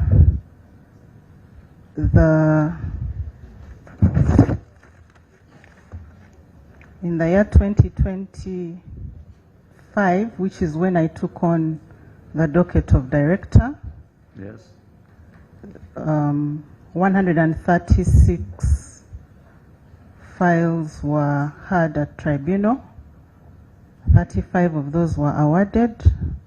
101 were dismissed, and 411, in addition to those, 411 were closed in 2025, and 428 were closed in 2026. And I am able to submit this report. Okay, technical, Grand pick. And you said you were guided by the commission. Was that your submission? Yes, Chair. Commissioners, beyond record, you closed 136 files, 101 cases dismissed, 411 files closed, one by one. Did you approve of this? The 400 and, is it 412? The one of 2026. We are 2025. Those ones of 2025, yes. But the ones that were closed in 2026, we had not sat. Those closures don't have a commission minute. How many cases? I'm not sure about the number, but those ones were closed. Was it in April? Ms. Nansamba, when did you close these cases? The ones that were closed this year. I also want to add something, Chair. Okay. That this said Ms. Nansamba. I also want to be clarified on this issue by the human resource manager, and also Nansamba to confirm that actually right now she holds 4 positions. One person, she's the Director, Legal Complaints and Investigations Director. She's the Acting Director, Monitoring and Inspection. Are you capturing, Clark, this information? Yes? She's also the Chairperson, Uganda Human Rights Contracts Committee. She's also the Chairperson, Uganda Human Rights Fleet Management Committee. All those are held by her. Who appoints? Some of these two are should have passed through the commission meeting, and they didn't. And she still holds those positions as we speak. So she's holding these positions without your approval as a commission. Yes, the commissioner. We're on cases. The next commissioner. Can I say something about the closure? Yeah, you are going to be the last. Let them finish so that you respond to them at all. Yes, Honorable. Okay, Commissioner Simeo. Yeah, Honorable Chair, about the cases we are talking about, those are cases of 2026. The letters which were sent to the complainants. Procedurally, cases are closed within the tribunal session. When we read to the complainants, our findings. We last had the tribunal in December 2025. To be on record, these cases, the one we are talking about, there was a point of concern of recently, I think like either in April, we had a meeting with all our regional offices. We are at the Dasbarina Hotel in Busega there. They were so concerned about the letters which Director Nansamba sent to them, and the complainants refused to receive these letters. It was even there was even something on WhatsApp when somebody was complaining and said, "You people, how do you close a case without my knowledge?" We have cases where, for example, the last adjournment, say in September, say we are coming back maybe in February, please bring your witnesses. But this person ends up receiving a letter, closing closing the case. This was a serious concern. It was a serious concern even to our field officers. I think that's what I can say. Yes, the other commissioner, I want to capture, because she's alleging you are the one who approved. You need to confirm. Approving the how many? 411 closed in 411 closed in 2025, 136 files had and then 101 dismissed. Then the revelation you are hearing from your fellow commissioners. Mr. Chairman, we have 2 tribunals, and each tribunal we sit 4 people, chaired by the chair. in 2021, in 2025, how many were there? Oh. The sittings of the tribunal that we had in 2025, Mr. Chairman, I think for my tribunal there were around 6 or 7. Shouldn't have closed all the 400. So I don't know where they were closed from.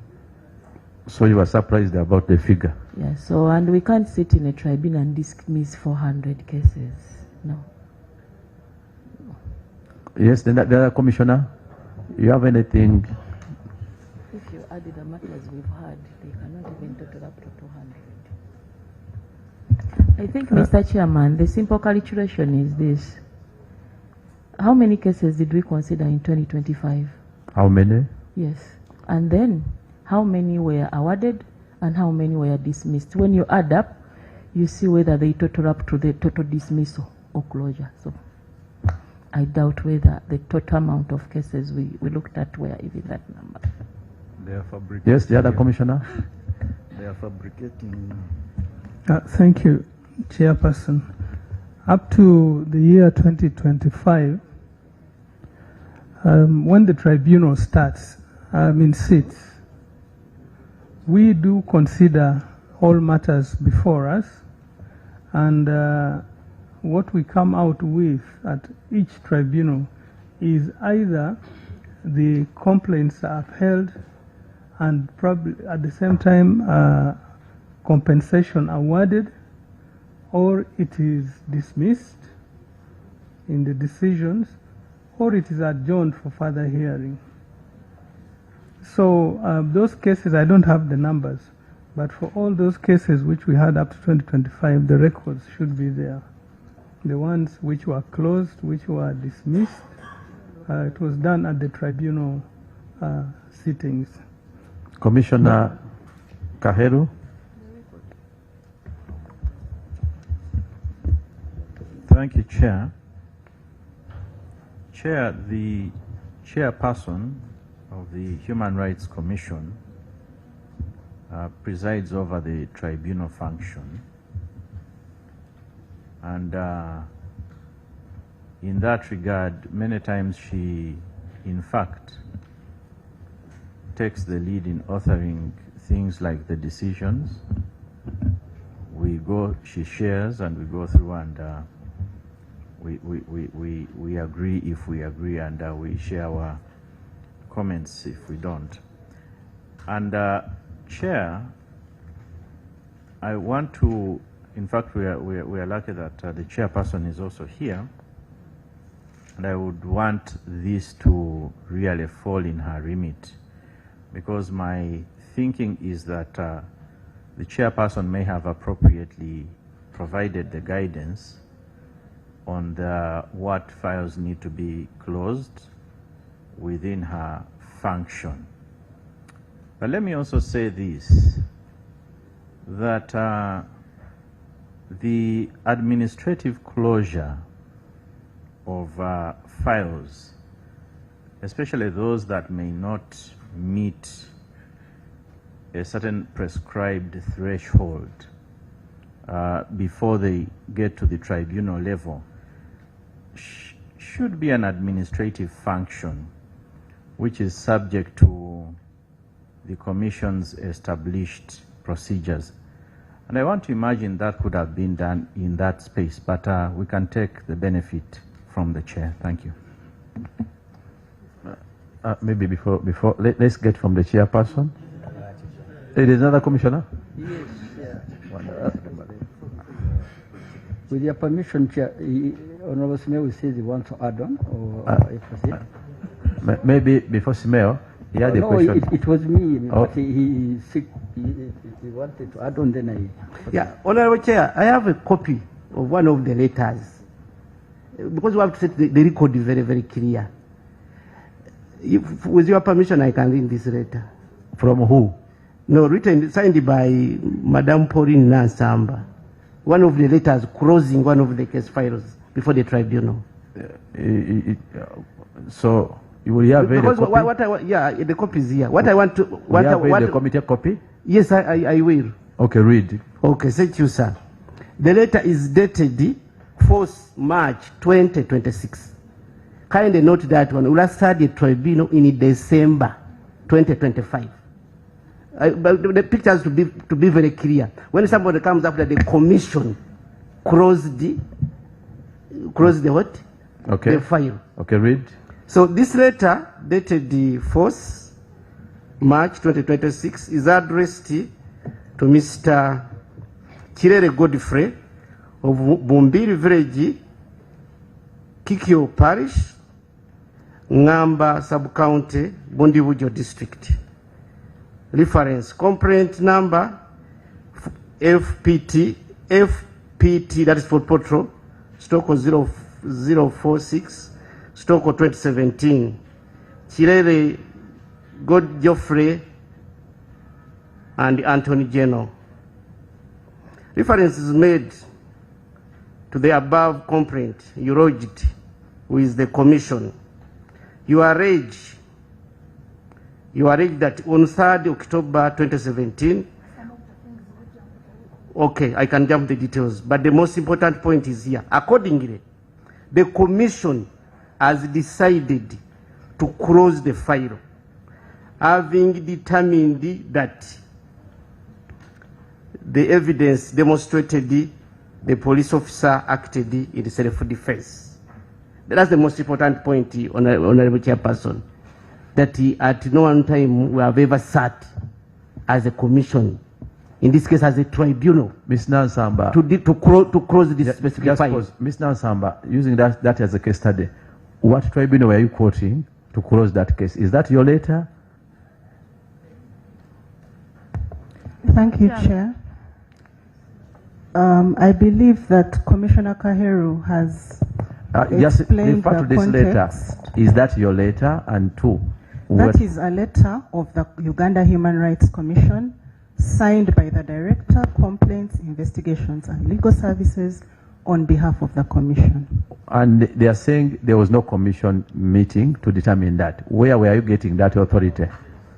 Chair, I request that the Honorable Chairperson who chairs the tribunals responds to that question. My role is to communicate the decision. So are you saying you got communication from the chairperson to close that file? Is that your position? Chair, I have answered the question. I have nothing more to say. Answer. Where did you get, the chair called you, direct you? How did you get information from the chair? The commission has provided guidelines that guide what cases can be. Don't give us two answers. You said it was a direction from the chair, which has, did you receive it in writing? Yes. By call? It is in writing. Do you have a copy? Yes, I do. Can you avail the committee copy? Technical? Can you get? Maybe. Let's first get this on record. So, Madam Chairperson, Chair, you are still. Yes, because there is the. I wanted to. Let the chair come in for this. Then you. It's the same. On the same. Because it should be the last. Bring that copy. Okay. What are you saying? Thank you, Chair. What I'm saying, I would like to disagree with some of my colleagues who are saying the chairperson has the authority to close any file. Not at all. And there are two cases where we can close files in the tribunal, where we are with the chairperson and 3 other members, or when a matter has come up and found not suitable without grounds for proceeding.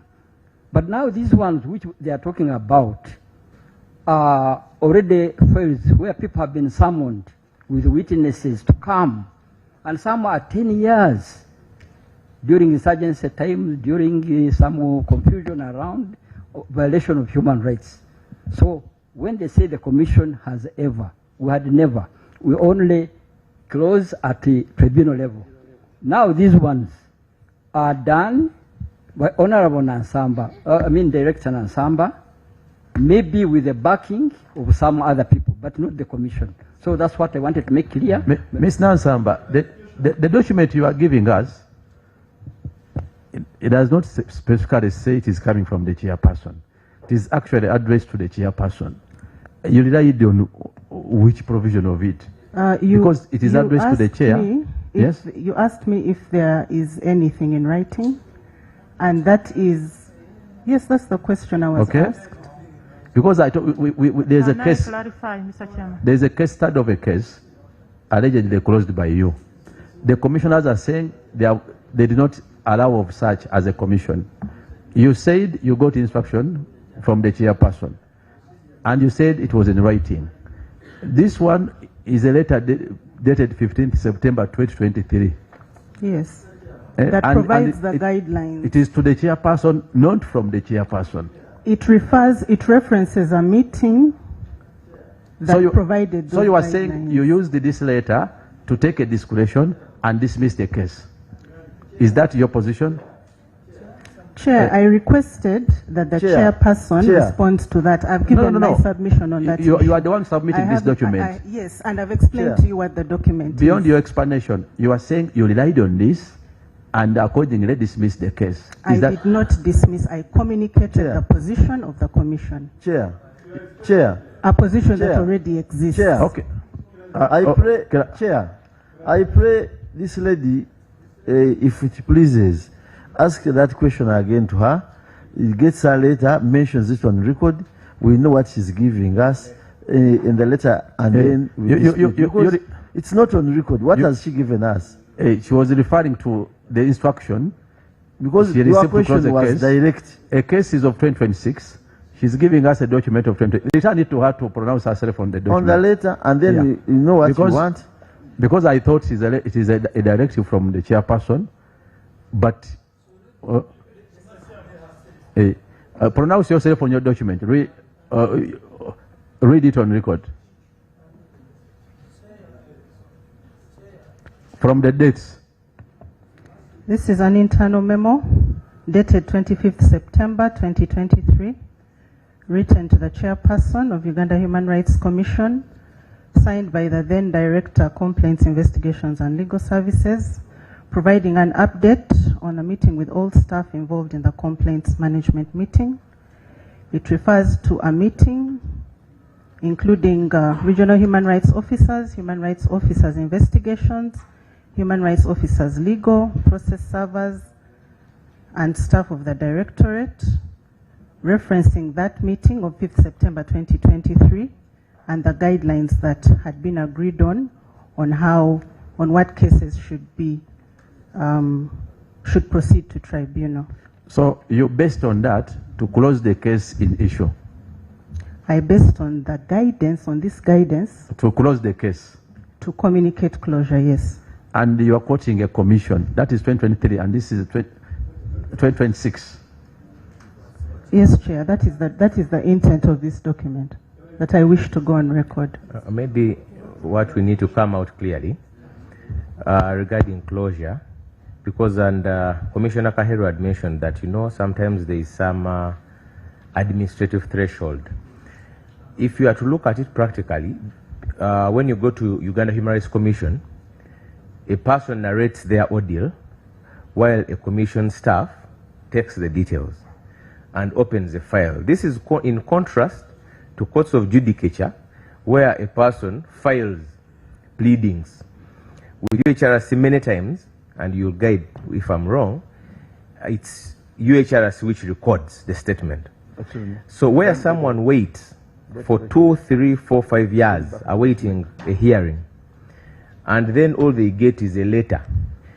If it didn't meet the administrative threshold, let's say it was a civil matter, not into human rights violation, you shouldn't have entertained it in the first place. You shouldn't have written and record it even in your file, because it's akin to entering a matter to where they don't have jurisdiction. So the clarification you're seeking, and as maybe Chair will clarify on it, is why would you allow a matter where, for instance, you don't meet the administrative threshold and let the person wait for years awaiting a decision, and then you tell them by letter that we don't have the jurisdiction, you don't meet the threshold? Why do you entertain it in the first place?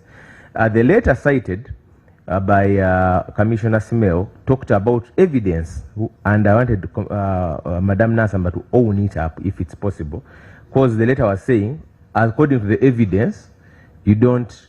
So at what how do you listen to evidence before a person is heard? Do you ever hear evidence unilaterally, where you commission examines files in the absence of the parties, and then you communicate the decision? Thirdly, Madam Nasambo also take us regarding as what point she receives the communications that close these ones. So does she, who goes through the files? Who goes through the files? I hope she's listening, because we will need. Okay, I'll repeat.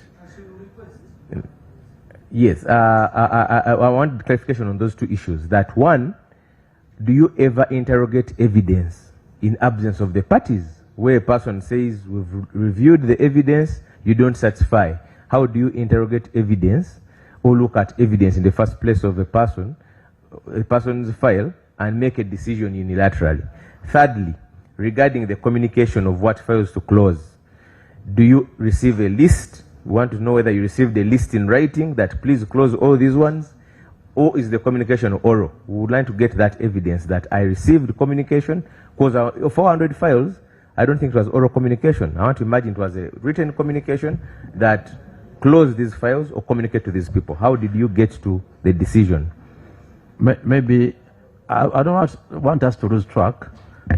For us not to lose track, I think there was one closed case as a case study, which she has since owned up. And she was trying to assist us on what basis the same was closed. She has read out her document she has relied on. It is our business to make a finding. Now that she relies on that guidance of 2023, what is only disturbing is that she had quoted that it was a directive or guidance from the chairperson. I don't want to drag the chairperson into listening, coming at this stage. Are you the one who authorized the Nansamba to close a case citing a non-existing meeting according to the commissioners? Chairperson, a lot has been said. Let me try to respond briefly. One is that all our officers perform delegated roles of the Commission. When you look at the Bill of Rights, those functions of the Human Rights Commission, where the Constitution says the Commission shall have the following functions: inspect places of detention, to assess conditions of inmates, to investigate whether it's its own initiative or upon a complaint, to do a program of research. The commissioners and the chairperson do not perform these roles personally. So all our officers, whether at head office or in the regional and field offices, perform delegated roles of the commission. When our officers go to inspect places of detention, when they receive a complaint, when they commence investigations, for example, when they are writing, maybe to, let me give the example of maybe in Mbale Hospital. This is how this letter goes. The commission received this complaint on this day, where the complainant alleges torture, whatever. This is to request you. The commission is requesting you to examine this complainant and furnish us with a report. That is how those letters read. The commission received, the commission is requesting you to examine. So, this use of the word commission does not mean that whenever our investigator in Soroti writes such a letter to a hospital, there has to be a minute of the commission meeting. But because they perform delegated roles of the commission, they involve the commission in their communication. So, even our lawyers, like when they are communicating any decision of the commission, with or without, if we are to have minutes of commission meetings, for every letter which goes out, whether by an investigator or somebody going to visit a police station, we would not have the time to sit every day to come up with those minutes. So these are delegated roles of the commission. And before I go to some of the reasons why these cases are dismissed, let me appreciate the question posed by the deputy chair of the committee, that why admit a matter in the first place, knowing that it does not meet the criteria of the commission, and then 5 years down the road, decide to communicate that you can no longer go ahead with. This is, I really appreciate this question. It is a challenge we have. We inherited cases which were, in my humble legal opinion, admitted in error. Some of them date as far back as even 10 years, but they were admitted in error, and we cannot go ahead with them. Take, for example, a case which is res judicata.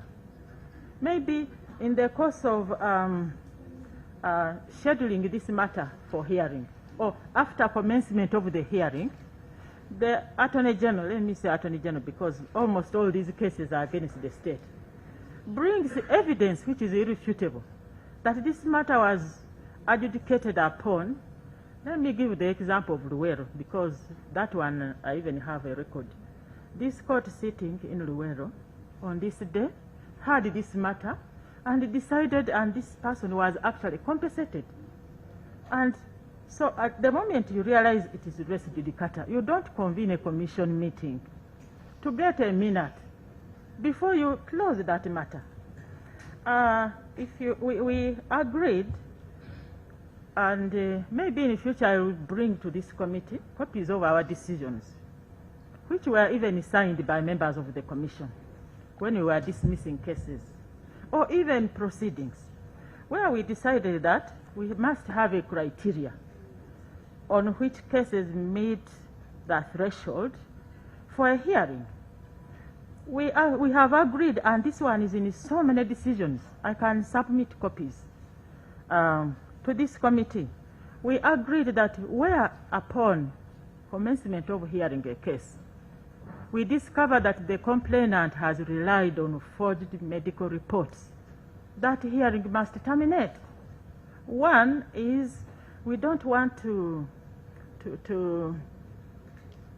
aid and abet fraud, and we owe a duty to both parties to be impartial. We cannot allow a hearing to continue on a case which is premised on forged evidence. The same tribunal agreed that we cannot continue with a case which is time barred. Let me give the example of Guru. Again, we have the record on that. By the time we took over the hearing, the complainant's case had been closed. It was for defense.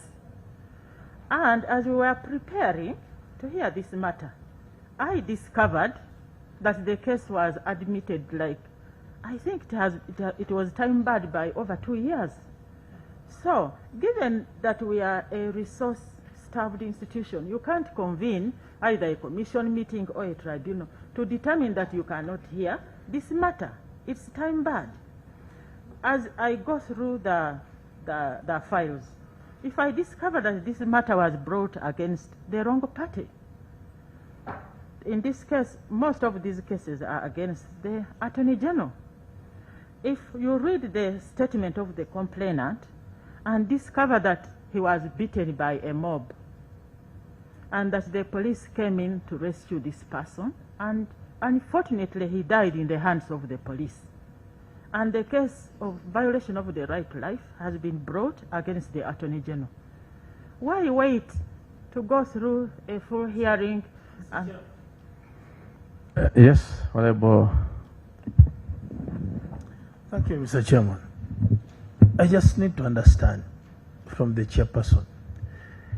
You mean you review files alone and make a decision alone, or you call a commission to come and sit with you? And actually, the point in issue is that, for example, we have a case study of a closed case. Ms. Nansamba alludes to a guidance from the chairperson and probably the commission. The commission is saying no, we don't have such a position. Are you supporting Nansamba in closing cases and specifically in relation to a case cited, for example? Mr. Chairman, among the documents we should submit to you is a copy of our complaints handling manual. This manual was adopted. And by the way, equally the commissioners are complaining that she has so many titles. Who gave her all those positions? Other clarification, Mr. Chair. Let her first answer that. Who gave her all that role? You're going to come in. You're going to come in. Yes? Is she being accused of these positions illegally, or you appointed her? Mr. Chairman, I request that maybe we be systematic. I will break. I don't know which question to answer. Because okay, can we? The narrative you are giving is a longer story. We want to iron out these questions which have been raised. First of all, Nansamba holds many positions. Are you the one who authorized? The commissioners are saying they are also surprised. Now, we don't know who knows. Number two, there is a case, for example, cited, how it was closed. Citing just guide us on that. The chairperson, on the legal opinion given to us by the Attorney General, chairs every tribunal session. Under the Constitution of the Republic of Uganda, the chairperson has certain qualifications which are very clearly stipulated. It says the chairperson of the commission shall be a judge of the High Court or a person qualified to be a judge. I believe there is a reason why the chairperson has to have those qualifications. There is a reason why, I think that was partly the basis why. But the commission is composed of the chairperson and the commissioners. Now, whether you have PhDs, so are you saying because of your qualification, you bypass the requirement of the Act? Chairperson, I think at this level, let me concede that going forward, whatever interim or anything to do with the file, we shall be convening commission meetings. Clarification, Mr. Chairman. I want to concede that that is now. Oh, wait. There are two issues on the table. Chairman. Appointment of Nansamba is away from the commission. We are surprised that the commissioners are saying they are also surprised on how she has all those offices. We want to find out who assigned her the roles. Are you the one? Yes or no? The role of director, she assumed that role. It's a practice at the commission. When a substantive officer leaves the commission, the second in charge of that unit or directorate assumes the role as acting in that position until a decision is made whether to confirm this person or not. When the director legal affairs was appointed a judge and she left the commission, Nansamba was the second in command of that directorate.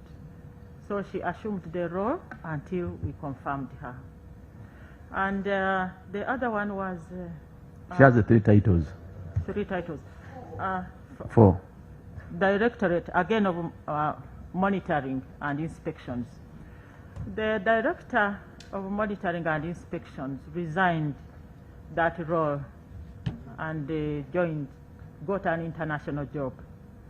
So Nansamba is merely acting in this position.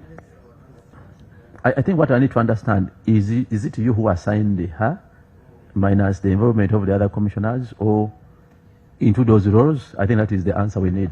Or she self-imposed herself. It would have been impossible for her to superimpose herself.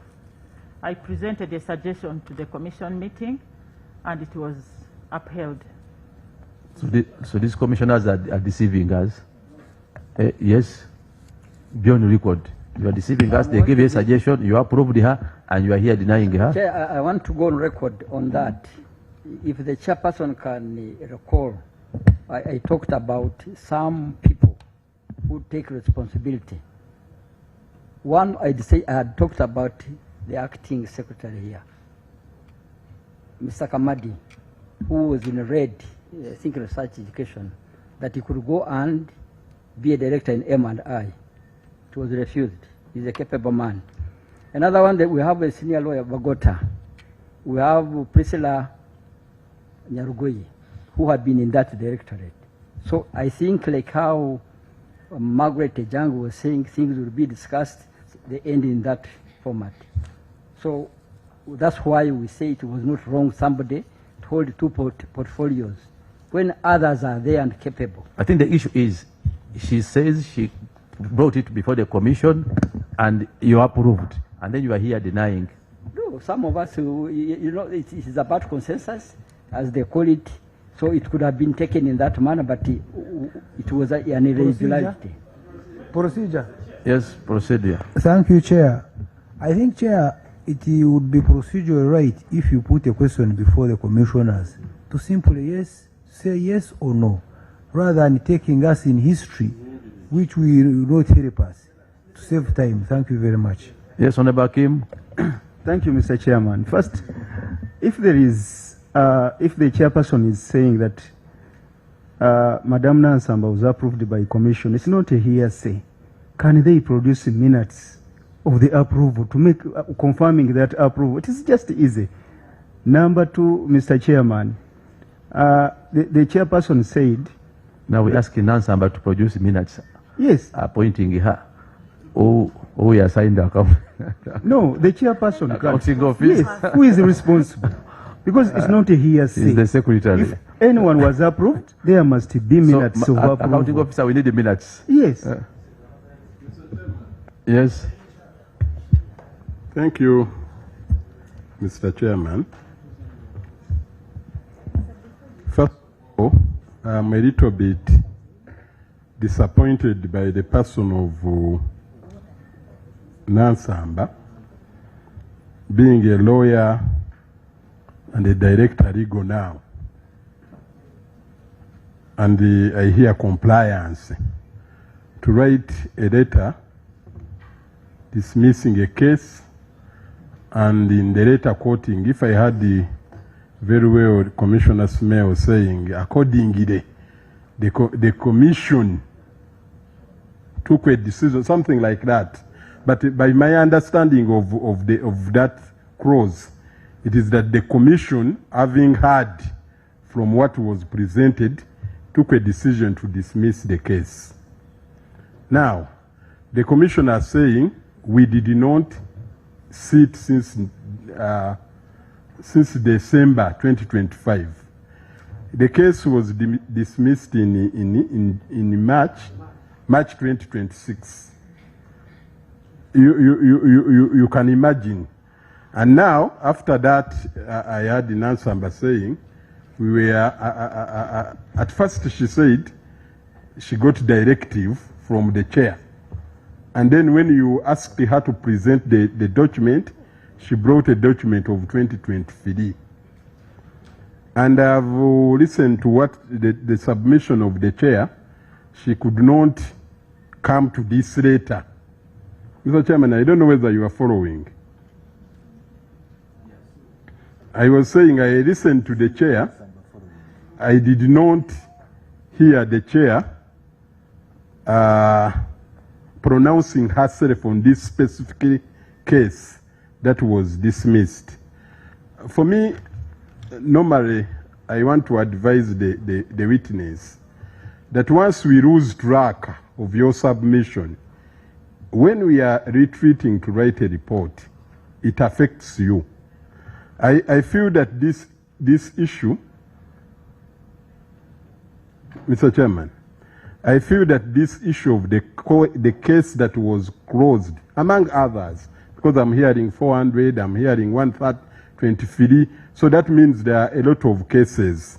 I think it would be prudent for us to conclude this, to to know. I think Vice Chair, you can take on as the chairman is, so that because at the end of the day, I want the pronouncement of the leadership.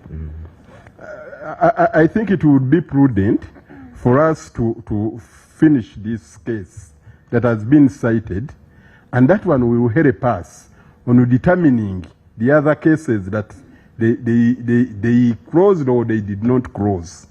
That is one. Two, maybe Madam Nansamba is the best among the staff of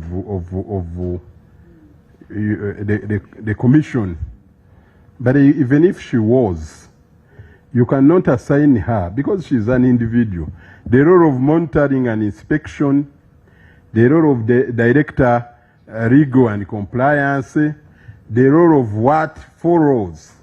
We want to know whether the commission has no other capable members that the leadership can assign the role.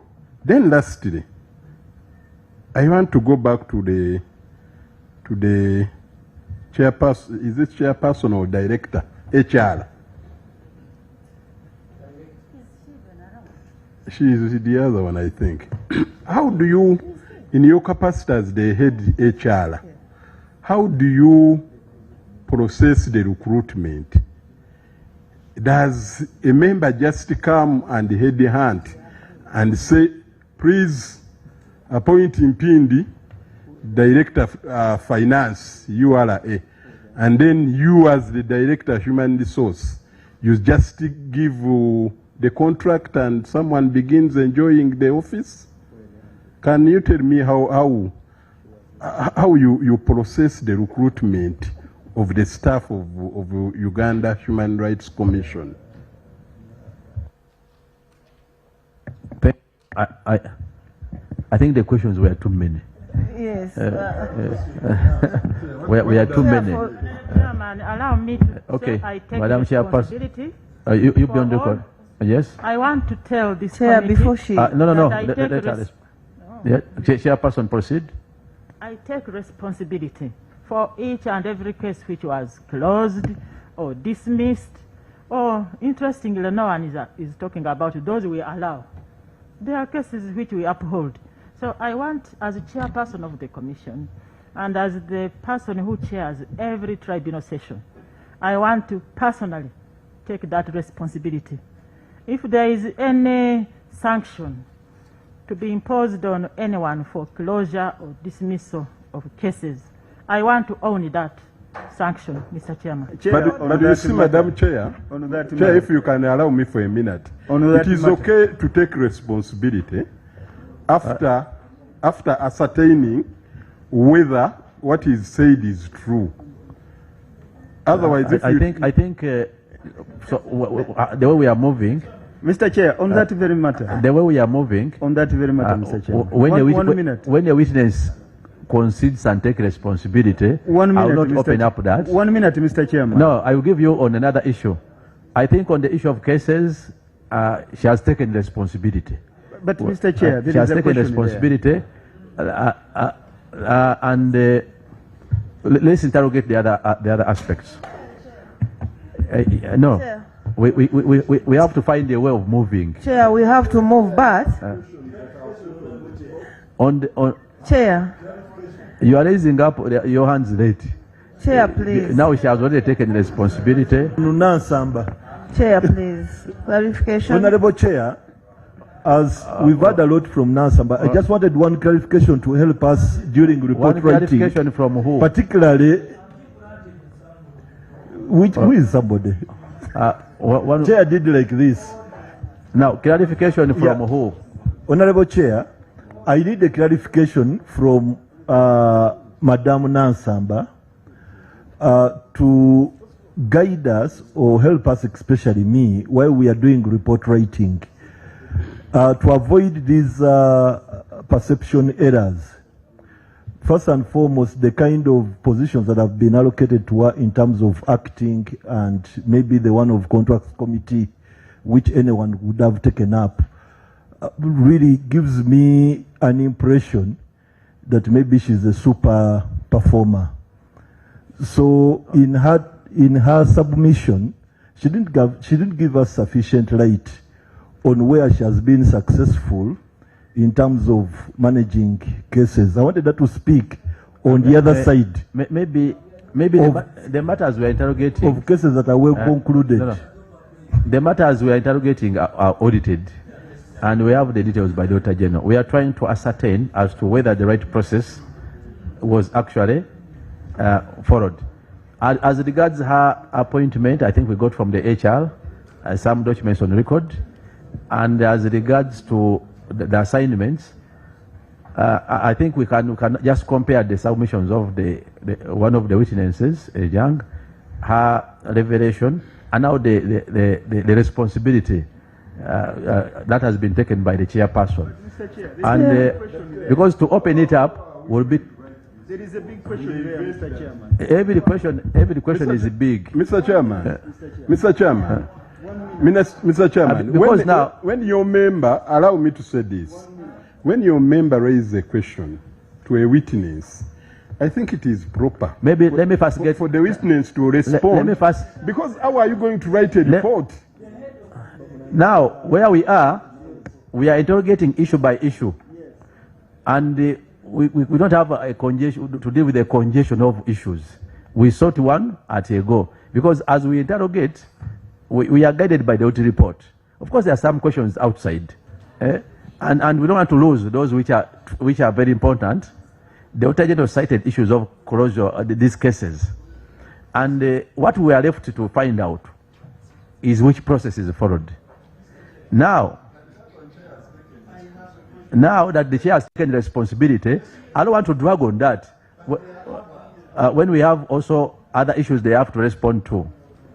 Now, no, I'm not giving you the minute. I'm referring now to this, the accounting officer, because you are the responsible for the vote.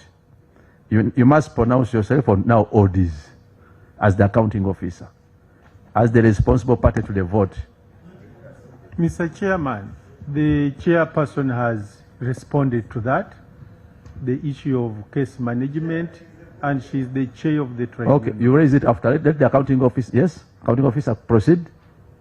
I was only saying, Honorable Chair, that the issue of tribunals is a function of the chairperson and the commission, and she has responded. I don't have anything useful to add on that.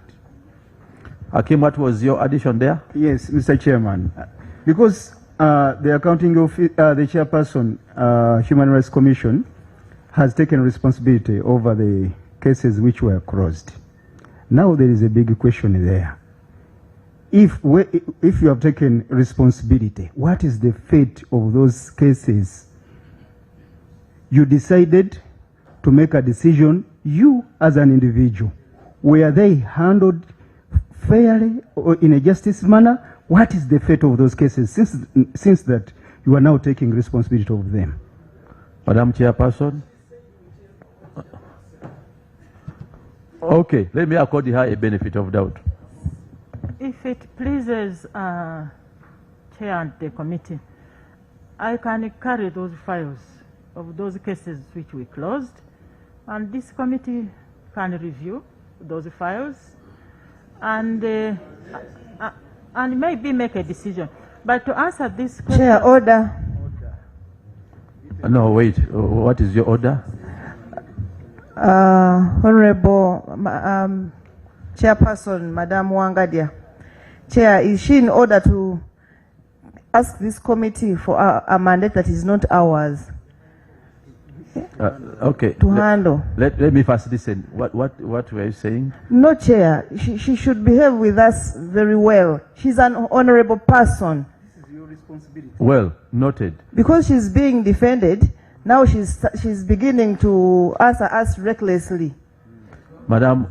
It is your responsibility. Madam Chairperson, what did you mean by carrying files? Maybe it is disturbing. If by suggesting that I behaved recklessly, I apologize.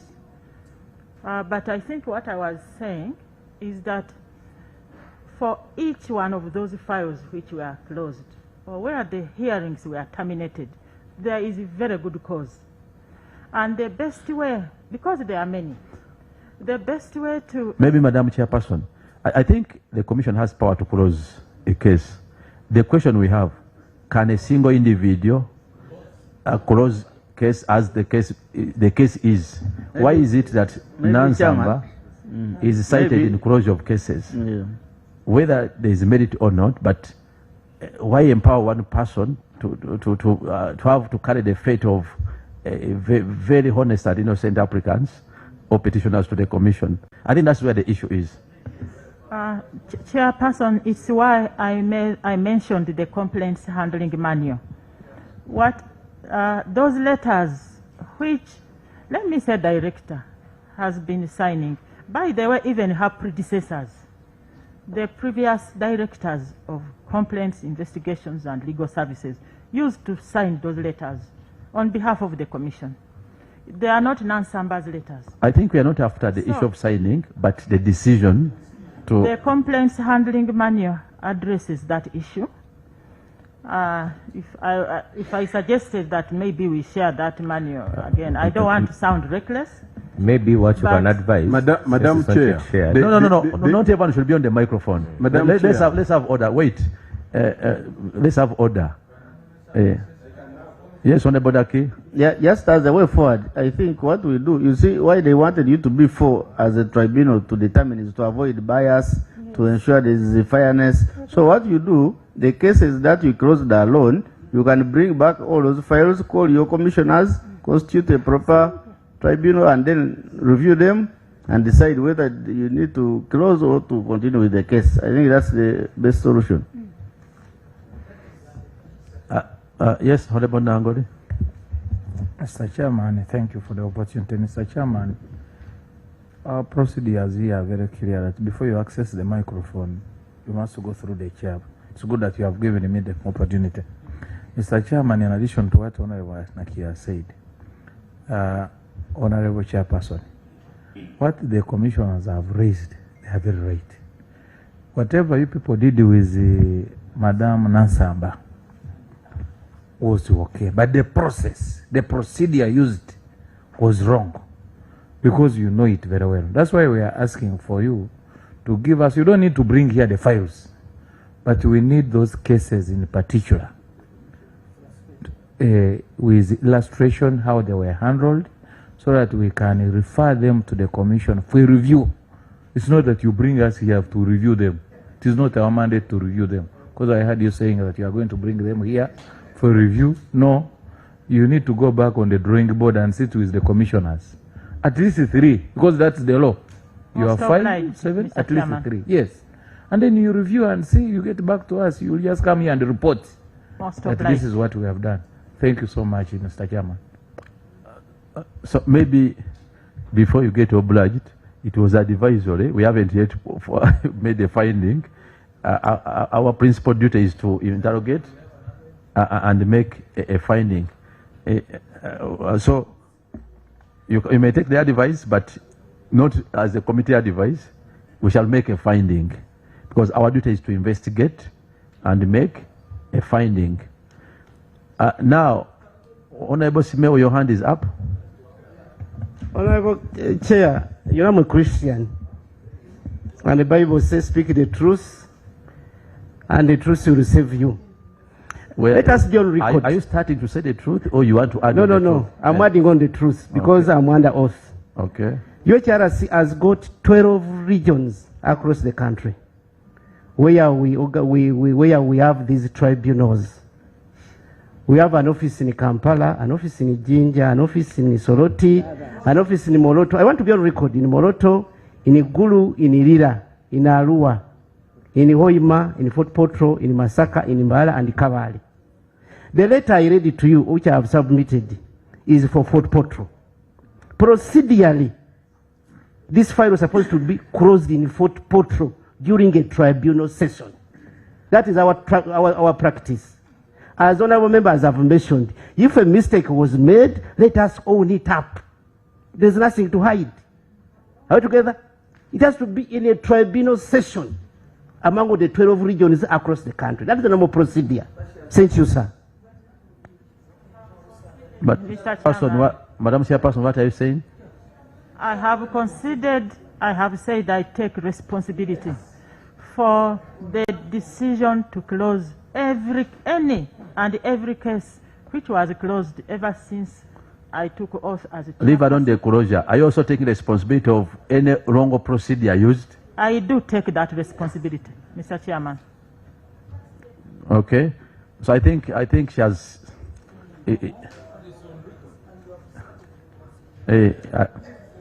I think now, accounting officer, take us through the last segment of the response.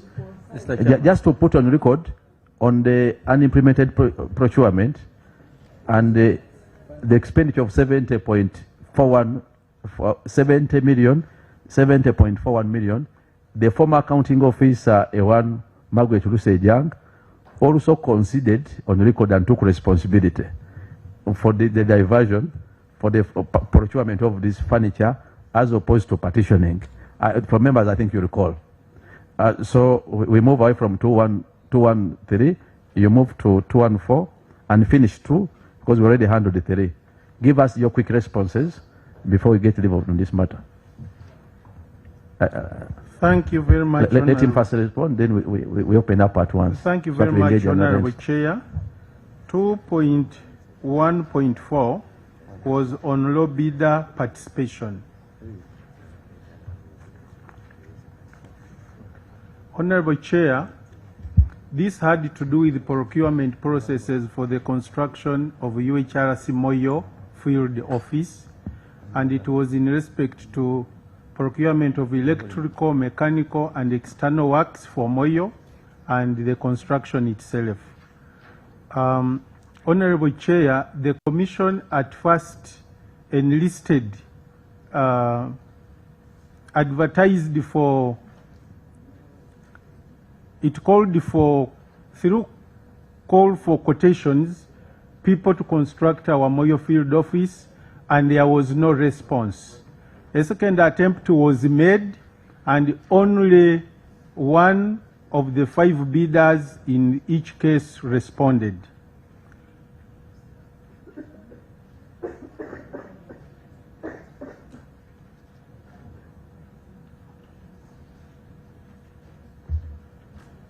Please proceed, Thank you. Officer. Thank you, Honorable Vice Chairperson. So, the issue at hand was we did the needful. We invited the public potential bidders to respond, but unfortunately the response was low. We were advised going forward to look for regional lots, and this being a procurement that is not done every day, we took the advice and we undertake, should there be a similar undertaking, say in Cosase or Kotido, we will take this advice. Otherwise, our hands were really tied. We did the needful, but the responses were low. That is all I can say on 2.1.4, Honorable Chair. I carried with me the relevant documentation showing what we did in that regard, which I will present to the committee. The 2.1.5 is contract management deficiencies. This was a question of contract managers not filing reports with on the ongoing procurements, which is a very good practice in order not to lose track of how the procurement is being managed. I must admit, Honorable Chair, and it was the admission of the accounting officer then, that there was some reluctance by some of our officers. But going forward, that has since been addressed, contract management deficiencies, and I'm happy to report, Honorable Chair, that we have contract management reports in the subsequent procurement.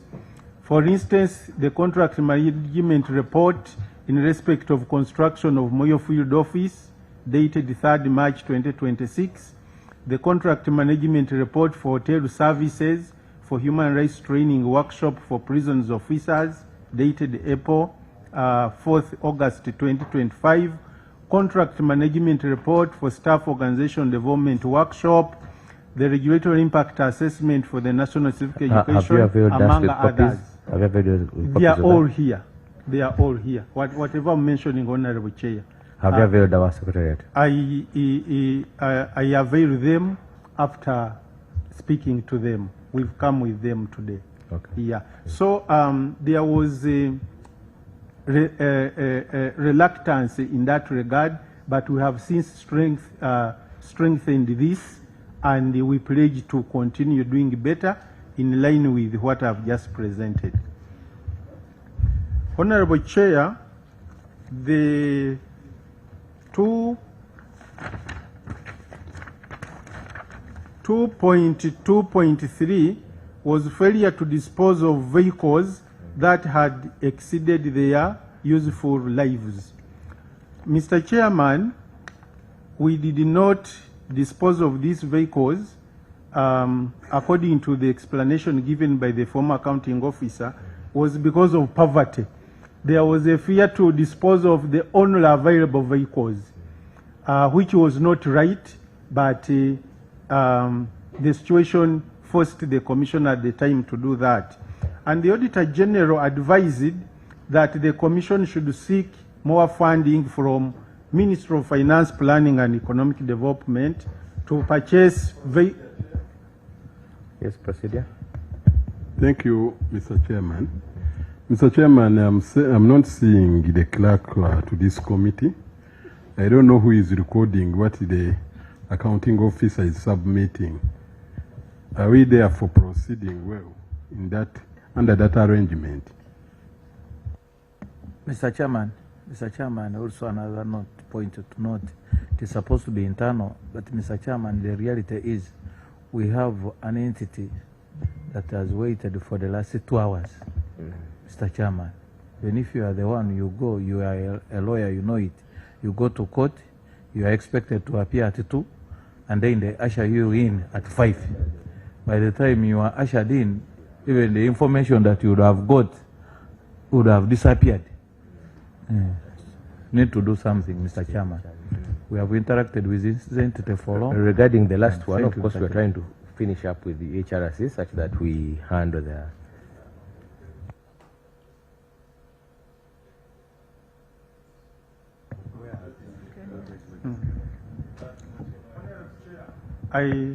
With your indulgence, I request that within 10 minutes I should be done. Where is the clerk?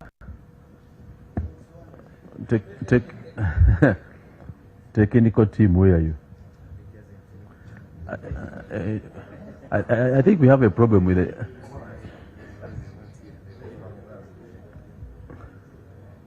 Webby, please be at your station.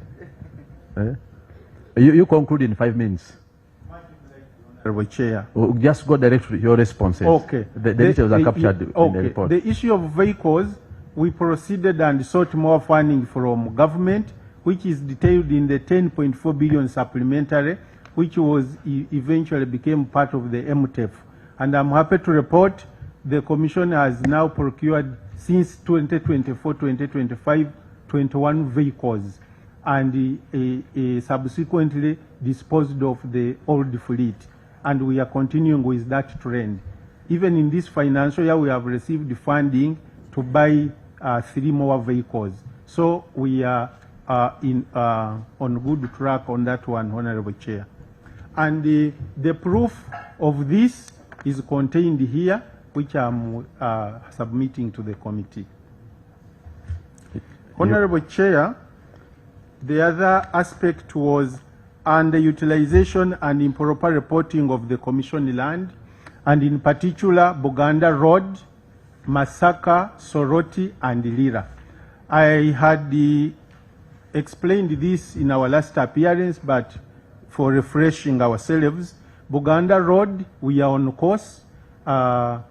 We now have an inception report, that should lead us to a feasibility study for a public-private partnership. and the process of renewing the lease titles is underway at the KCCA Zonal Land Office. And for Soroti, construction work has begun in earnest.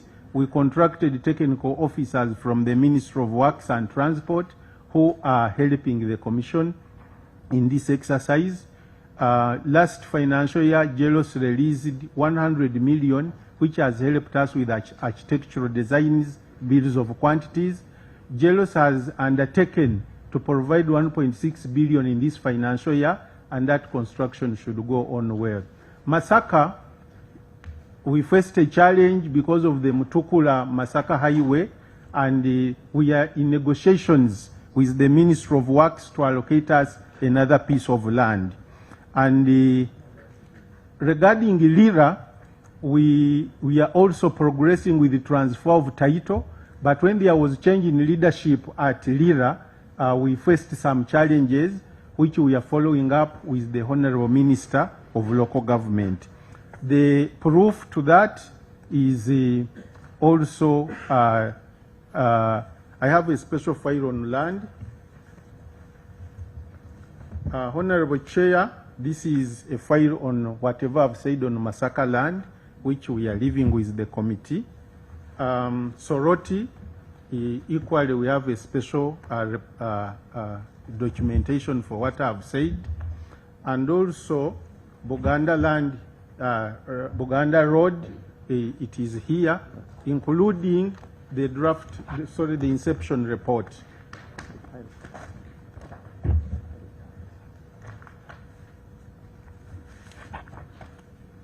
Honorable Chair, the other aspect was on review of the overall performance of the Commission's strategic plan, and the concern was on funding of the strategic plan and rolling over to the next strategic plan those aspects that had not been implemented, as the 24-25 was the end of the strategic plan, and the Auditor General found out that there were aspects that we had not concluded, and guided and advised that they should be rolled over. Honorable Chair, I'm happy to report that we did the rollover to the subsequent strategic plan, and the activities are highlighted here which are in the current strategic plan.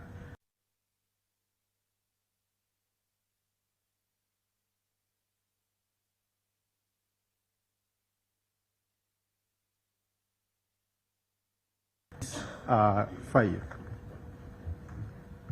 Honorable Chair. When you say file, are you submitting it on record? Yes, whatever is here is for the committee. Anyone from technical? Let's first receive them. You may again carry them away. Someone from technical. Repeat which the first file had what? All of them. The first document is what? The first one. Yes. Is on low bidder participation. Yes. The second one? The second one is on contract management deficiencies. Yes. The third one is on failure to dispose of vehicles. Yes. The fourth one relates to land in Masaka. Yes. The fourth one is about Soroti land, where construction work, I said, is beginning in earnest. Yes. Then this one is on Uganda Road land. Yes. And the progress so far. And this one is about what we did to roll over issues in the previous strategic plan to the current one. Okay. Honorable Chair, I was proceeding now to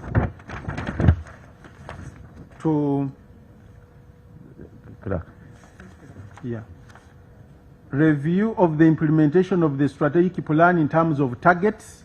That has also been taken care of in the current strategic plan. And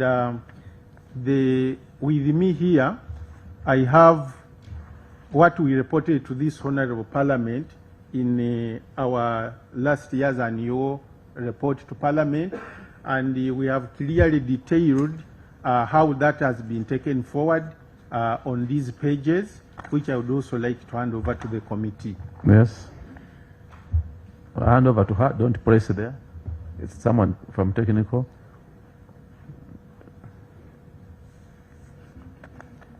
Honorable Chair, the other concern was on performance of Government of Uganda warrants, and in particular, the Auditor General was concerned about the wage that had not been utilized. But before the wage, it is performance on non-tax revenue, Honorable Chair, NTR. We had projected to receive to collect 57 million in NTR, but we collected 87. So the Auditor General queried us for poor planning. Why did we project to receive less and we received more? And the advice was going forward, plan better. And we have since stepped up this aspect, because NTR by the Commission largely comes from sale of bids and disposal of items. Therefore, we should know at every beginning of a financial year, what do we intend to procure, what do we intend to dispose of. And we have since taken this advice, and we look forward to strengthening that area. Then the other aspect was on utilization of Government of Uganda warrants, and I was talking about the wage that had not been utilized. Mr. Chairman, I'm sorry to interject a little. The county officer is rushing very fast on all these issues, but we have questions. I have questions. Yes, the procedure we designed, let him present, then we open up the questions. He's covering just the 3 pages, which we left out last time. Then we are going to ask at once. Thank you, Honorable Chair. I was talking about the GOU warrants, and where we were queried for having not spent money on wage to the tune of 811 million. The then accounting office explained we had a challenge of RAPEX rationalization, and the government had advised that only critical positions are filled. And in order to fill them, you have to first seek authority from the Minister of Public Service and the Attorney General. And this situation still subsists. The Commission's hands are tied. But we are continuing to engage, and I carried proof, Honorable Chair, of the correspondences between the Commission and Minister of Public Service in this regard. And even right now as we speak, I wrote to the PS Minister of Public Service on the 9th of July, so that this query is cured. We are awaiting a response. And I would also like to, since you have guided the technical people to be picking, I don't want to place it here. Please, whatever document you refer to, you have to.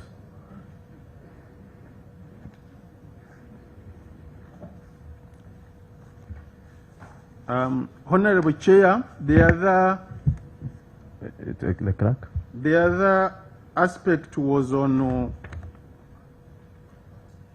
those were the unfinished business, and there are these ones which were not taken to do with the procurements I spoke about. I would also like to invite the technical team to take them. Maybe as you conclude, there was also a discussion of generators. Talk about it. And assets. Honorable Chair, the generators in question were procured in this financial year, which is under audit by the Auditor General. They fall outside the audited now that it has come up, how are you going to rectify it? We look forward to what the current audit will establish, but as for now... Now, you know where they are. He said he returned his... Yes, we have it, and I confirmed. Yes. He returned it, is available. What are you... And the chair also has undertaken to return the one at her home, as we discussed earlier on. We shall receive them. We shall receive it, and they form part of... They are already part of the Commission assets. The issue is location right now. Let's stand this way in the next 5-7 minutes. Let's get the reaction. Yes, Honorable Secretary. Chair, Where the accounting officer has taken us through. That is where we have reserved this information, because now that is where people always come back to claim that they may be tarnished my name. If you are stating on somebody who has that generator, mention the name so that we can know. Hey. Madam Chair, be on record. Not call us answers. I think latest tomorrow, this generator should be taken away from my home residence. Yeah, latest tomorrow, because it involves some disconnection. Yeah. So, Mr. Accounting Officer, another one there. Where are you taking the generator? Honorable Chair, the generator will be taken to the UHRC stores, and then management will determine on further deployment. And you confirm the other one was brought and forms part of the assets. I confirm now for the third time, Honorable Chair. Okay. Any other reaction? Yes, Honorable. Let him. Thank you, Chair. Given the fact that we are time conscious, this accounting officer, you have always promised to give us the status of Uganda Road, in particular the lease. As far as I understand, you just presented a public-private partnership document, but you have not clarified on the lease renewal. To my understanding, KCCA board, land board, has been sitting. So can you give us information on the status quo of that lease renewal? Honorable, yes. I would like to clarify. And I recall very well the same honorable member raised this issue when we last appeared here. The file I have submitted on Uganda Road contains the information he's asking for. I thank you. The file on Uganda Road? The information is saying what? The information he's asking for, including the status update as at 12th August, is in that file. Yes. So I think now, I don't say another hand. Let me guide as we conclude this way. And now, having listened to the various submissions, and as we continue to make findings on Uganda Human Rights Commission, I think some of the critical areas was to do with the case management. We have had some observations. We shall internalize them more to make a finding. There was enough, some substantial evidence on record. On the aspect of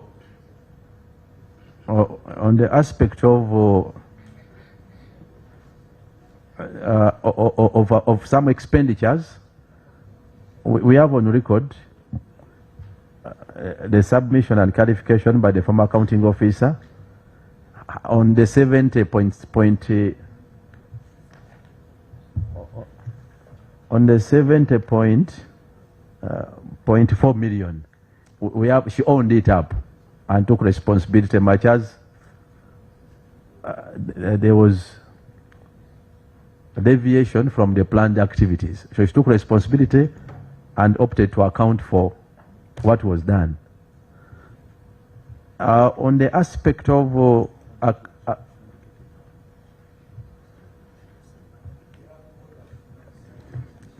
I think where I find that our information needs backup,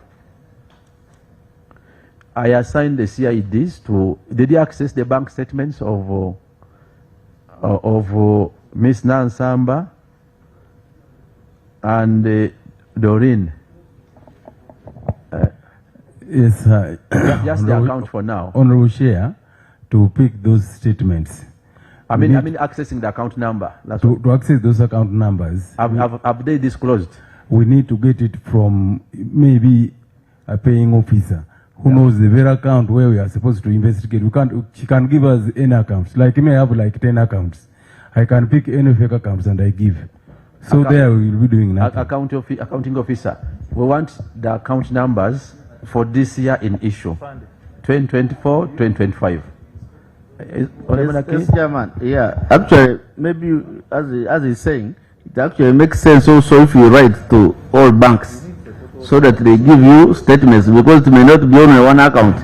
So you just write the general letter that if this person holds an account in your bank, they can process for us a what? Well, let's start this way. Let's start this way. Let's ask the accounting officer. The commission has a record because this is a vote. Please avail the CIDs, the account numbers where you paid this particular money made for activities of the chairperson, to the account numbers of Miss Doreen Nabate, and then Miss, the second one was Pauline Nansamba. But now, to avoid the ambiguity of these transactions, I want to request that Miss Doreen Nabate and Miss Pauline Nansamba goes to our CID and make a statement in reference to the transaction and the money received on behalf of the chairperson. And also disclose in your statements the account number where you received the money and the activities that the money was spent on. So we must also compare the statements vis-a-vis the account numbers availed by the accounting officer. Yes, Miss Doreen, I see your hand up. Please give her microphone. Let's have.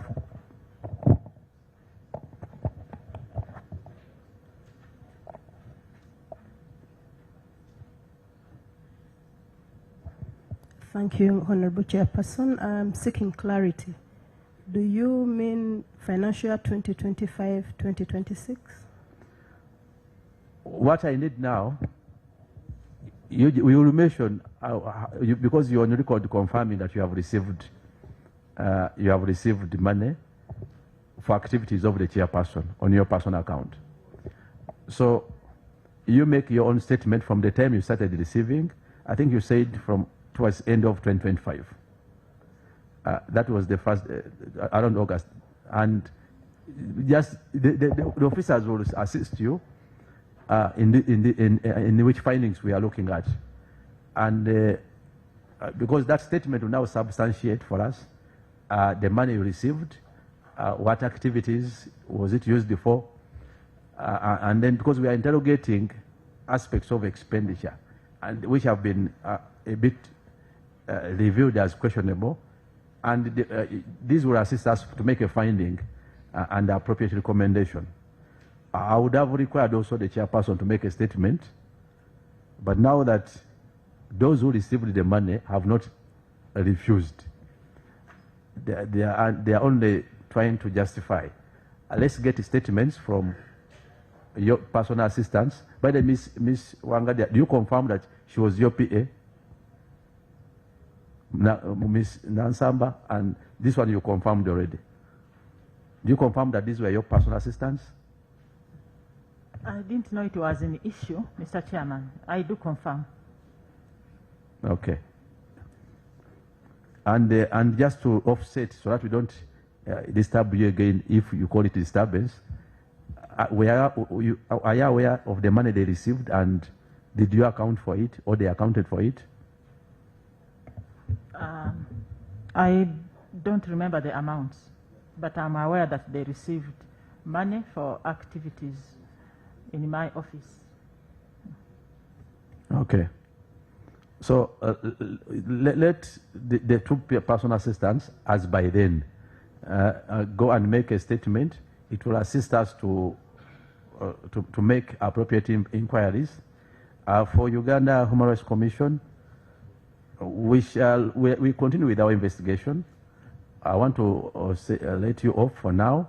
We shall invite you as and when we find that there is some deserving information, that require thorough and additional interrogation. Since you are in office, and for now I want to adjourn this meeting, but putting your notice that should the findings require that we have to interface with you, you will be notified accordingly. And colleagues, before I call off this meeting, we have an engagement with the National Social Security Fund, which I think we can immediately handle, at least for the next one hour, to iron out some remaining issues over the projects. They have a project, the NSSF Tower. We have the Temangaro issue. We summoned Ewan Amos Nzei to appear physically, because his lawyer could not answer some of the questions. And there's that investigation over the Temangaro issue, and the additional arising issues on the audit report on the National Social Security Fund. So I will seek your indulgence that you remain behind. We finish up this so that we can have our break at once around 4:30. 4:30. Because if I allow a break now, then we shall drag on. But for Human Rights Commission, CID police take our witnesses, the two witnesses, for a statement, and concentrate on the deposits, they received on behalf of the chairperson. I want to adjourn this meeting for now.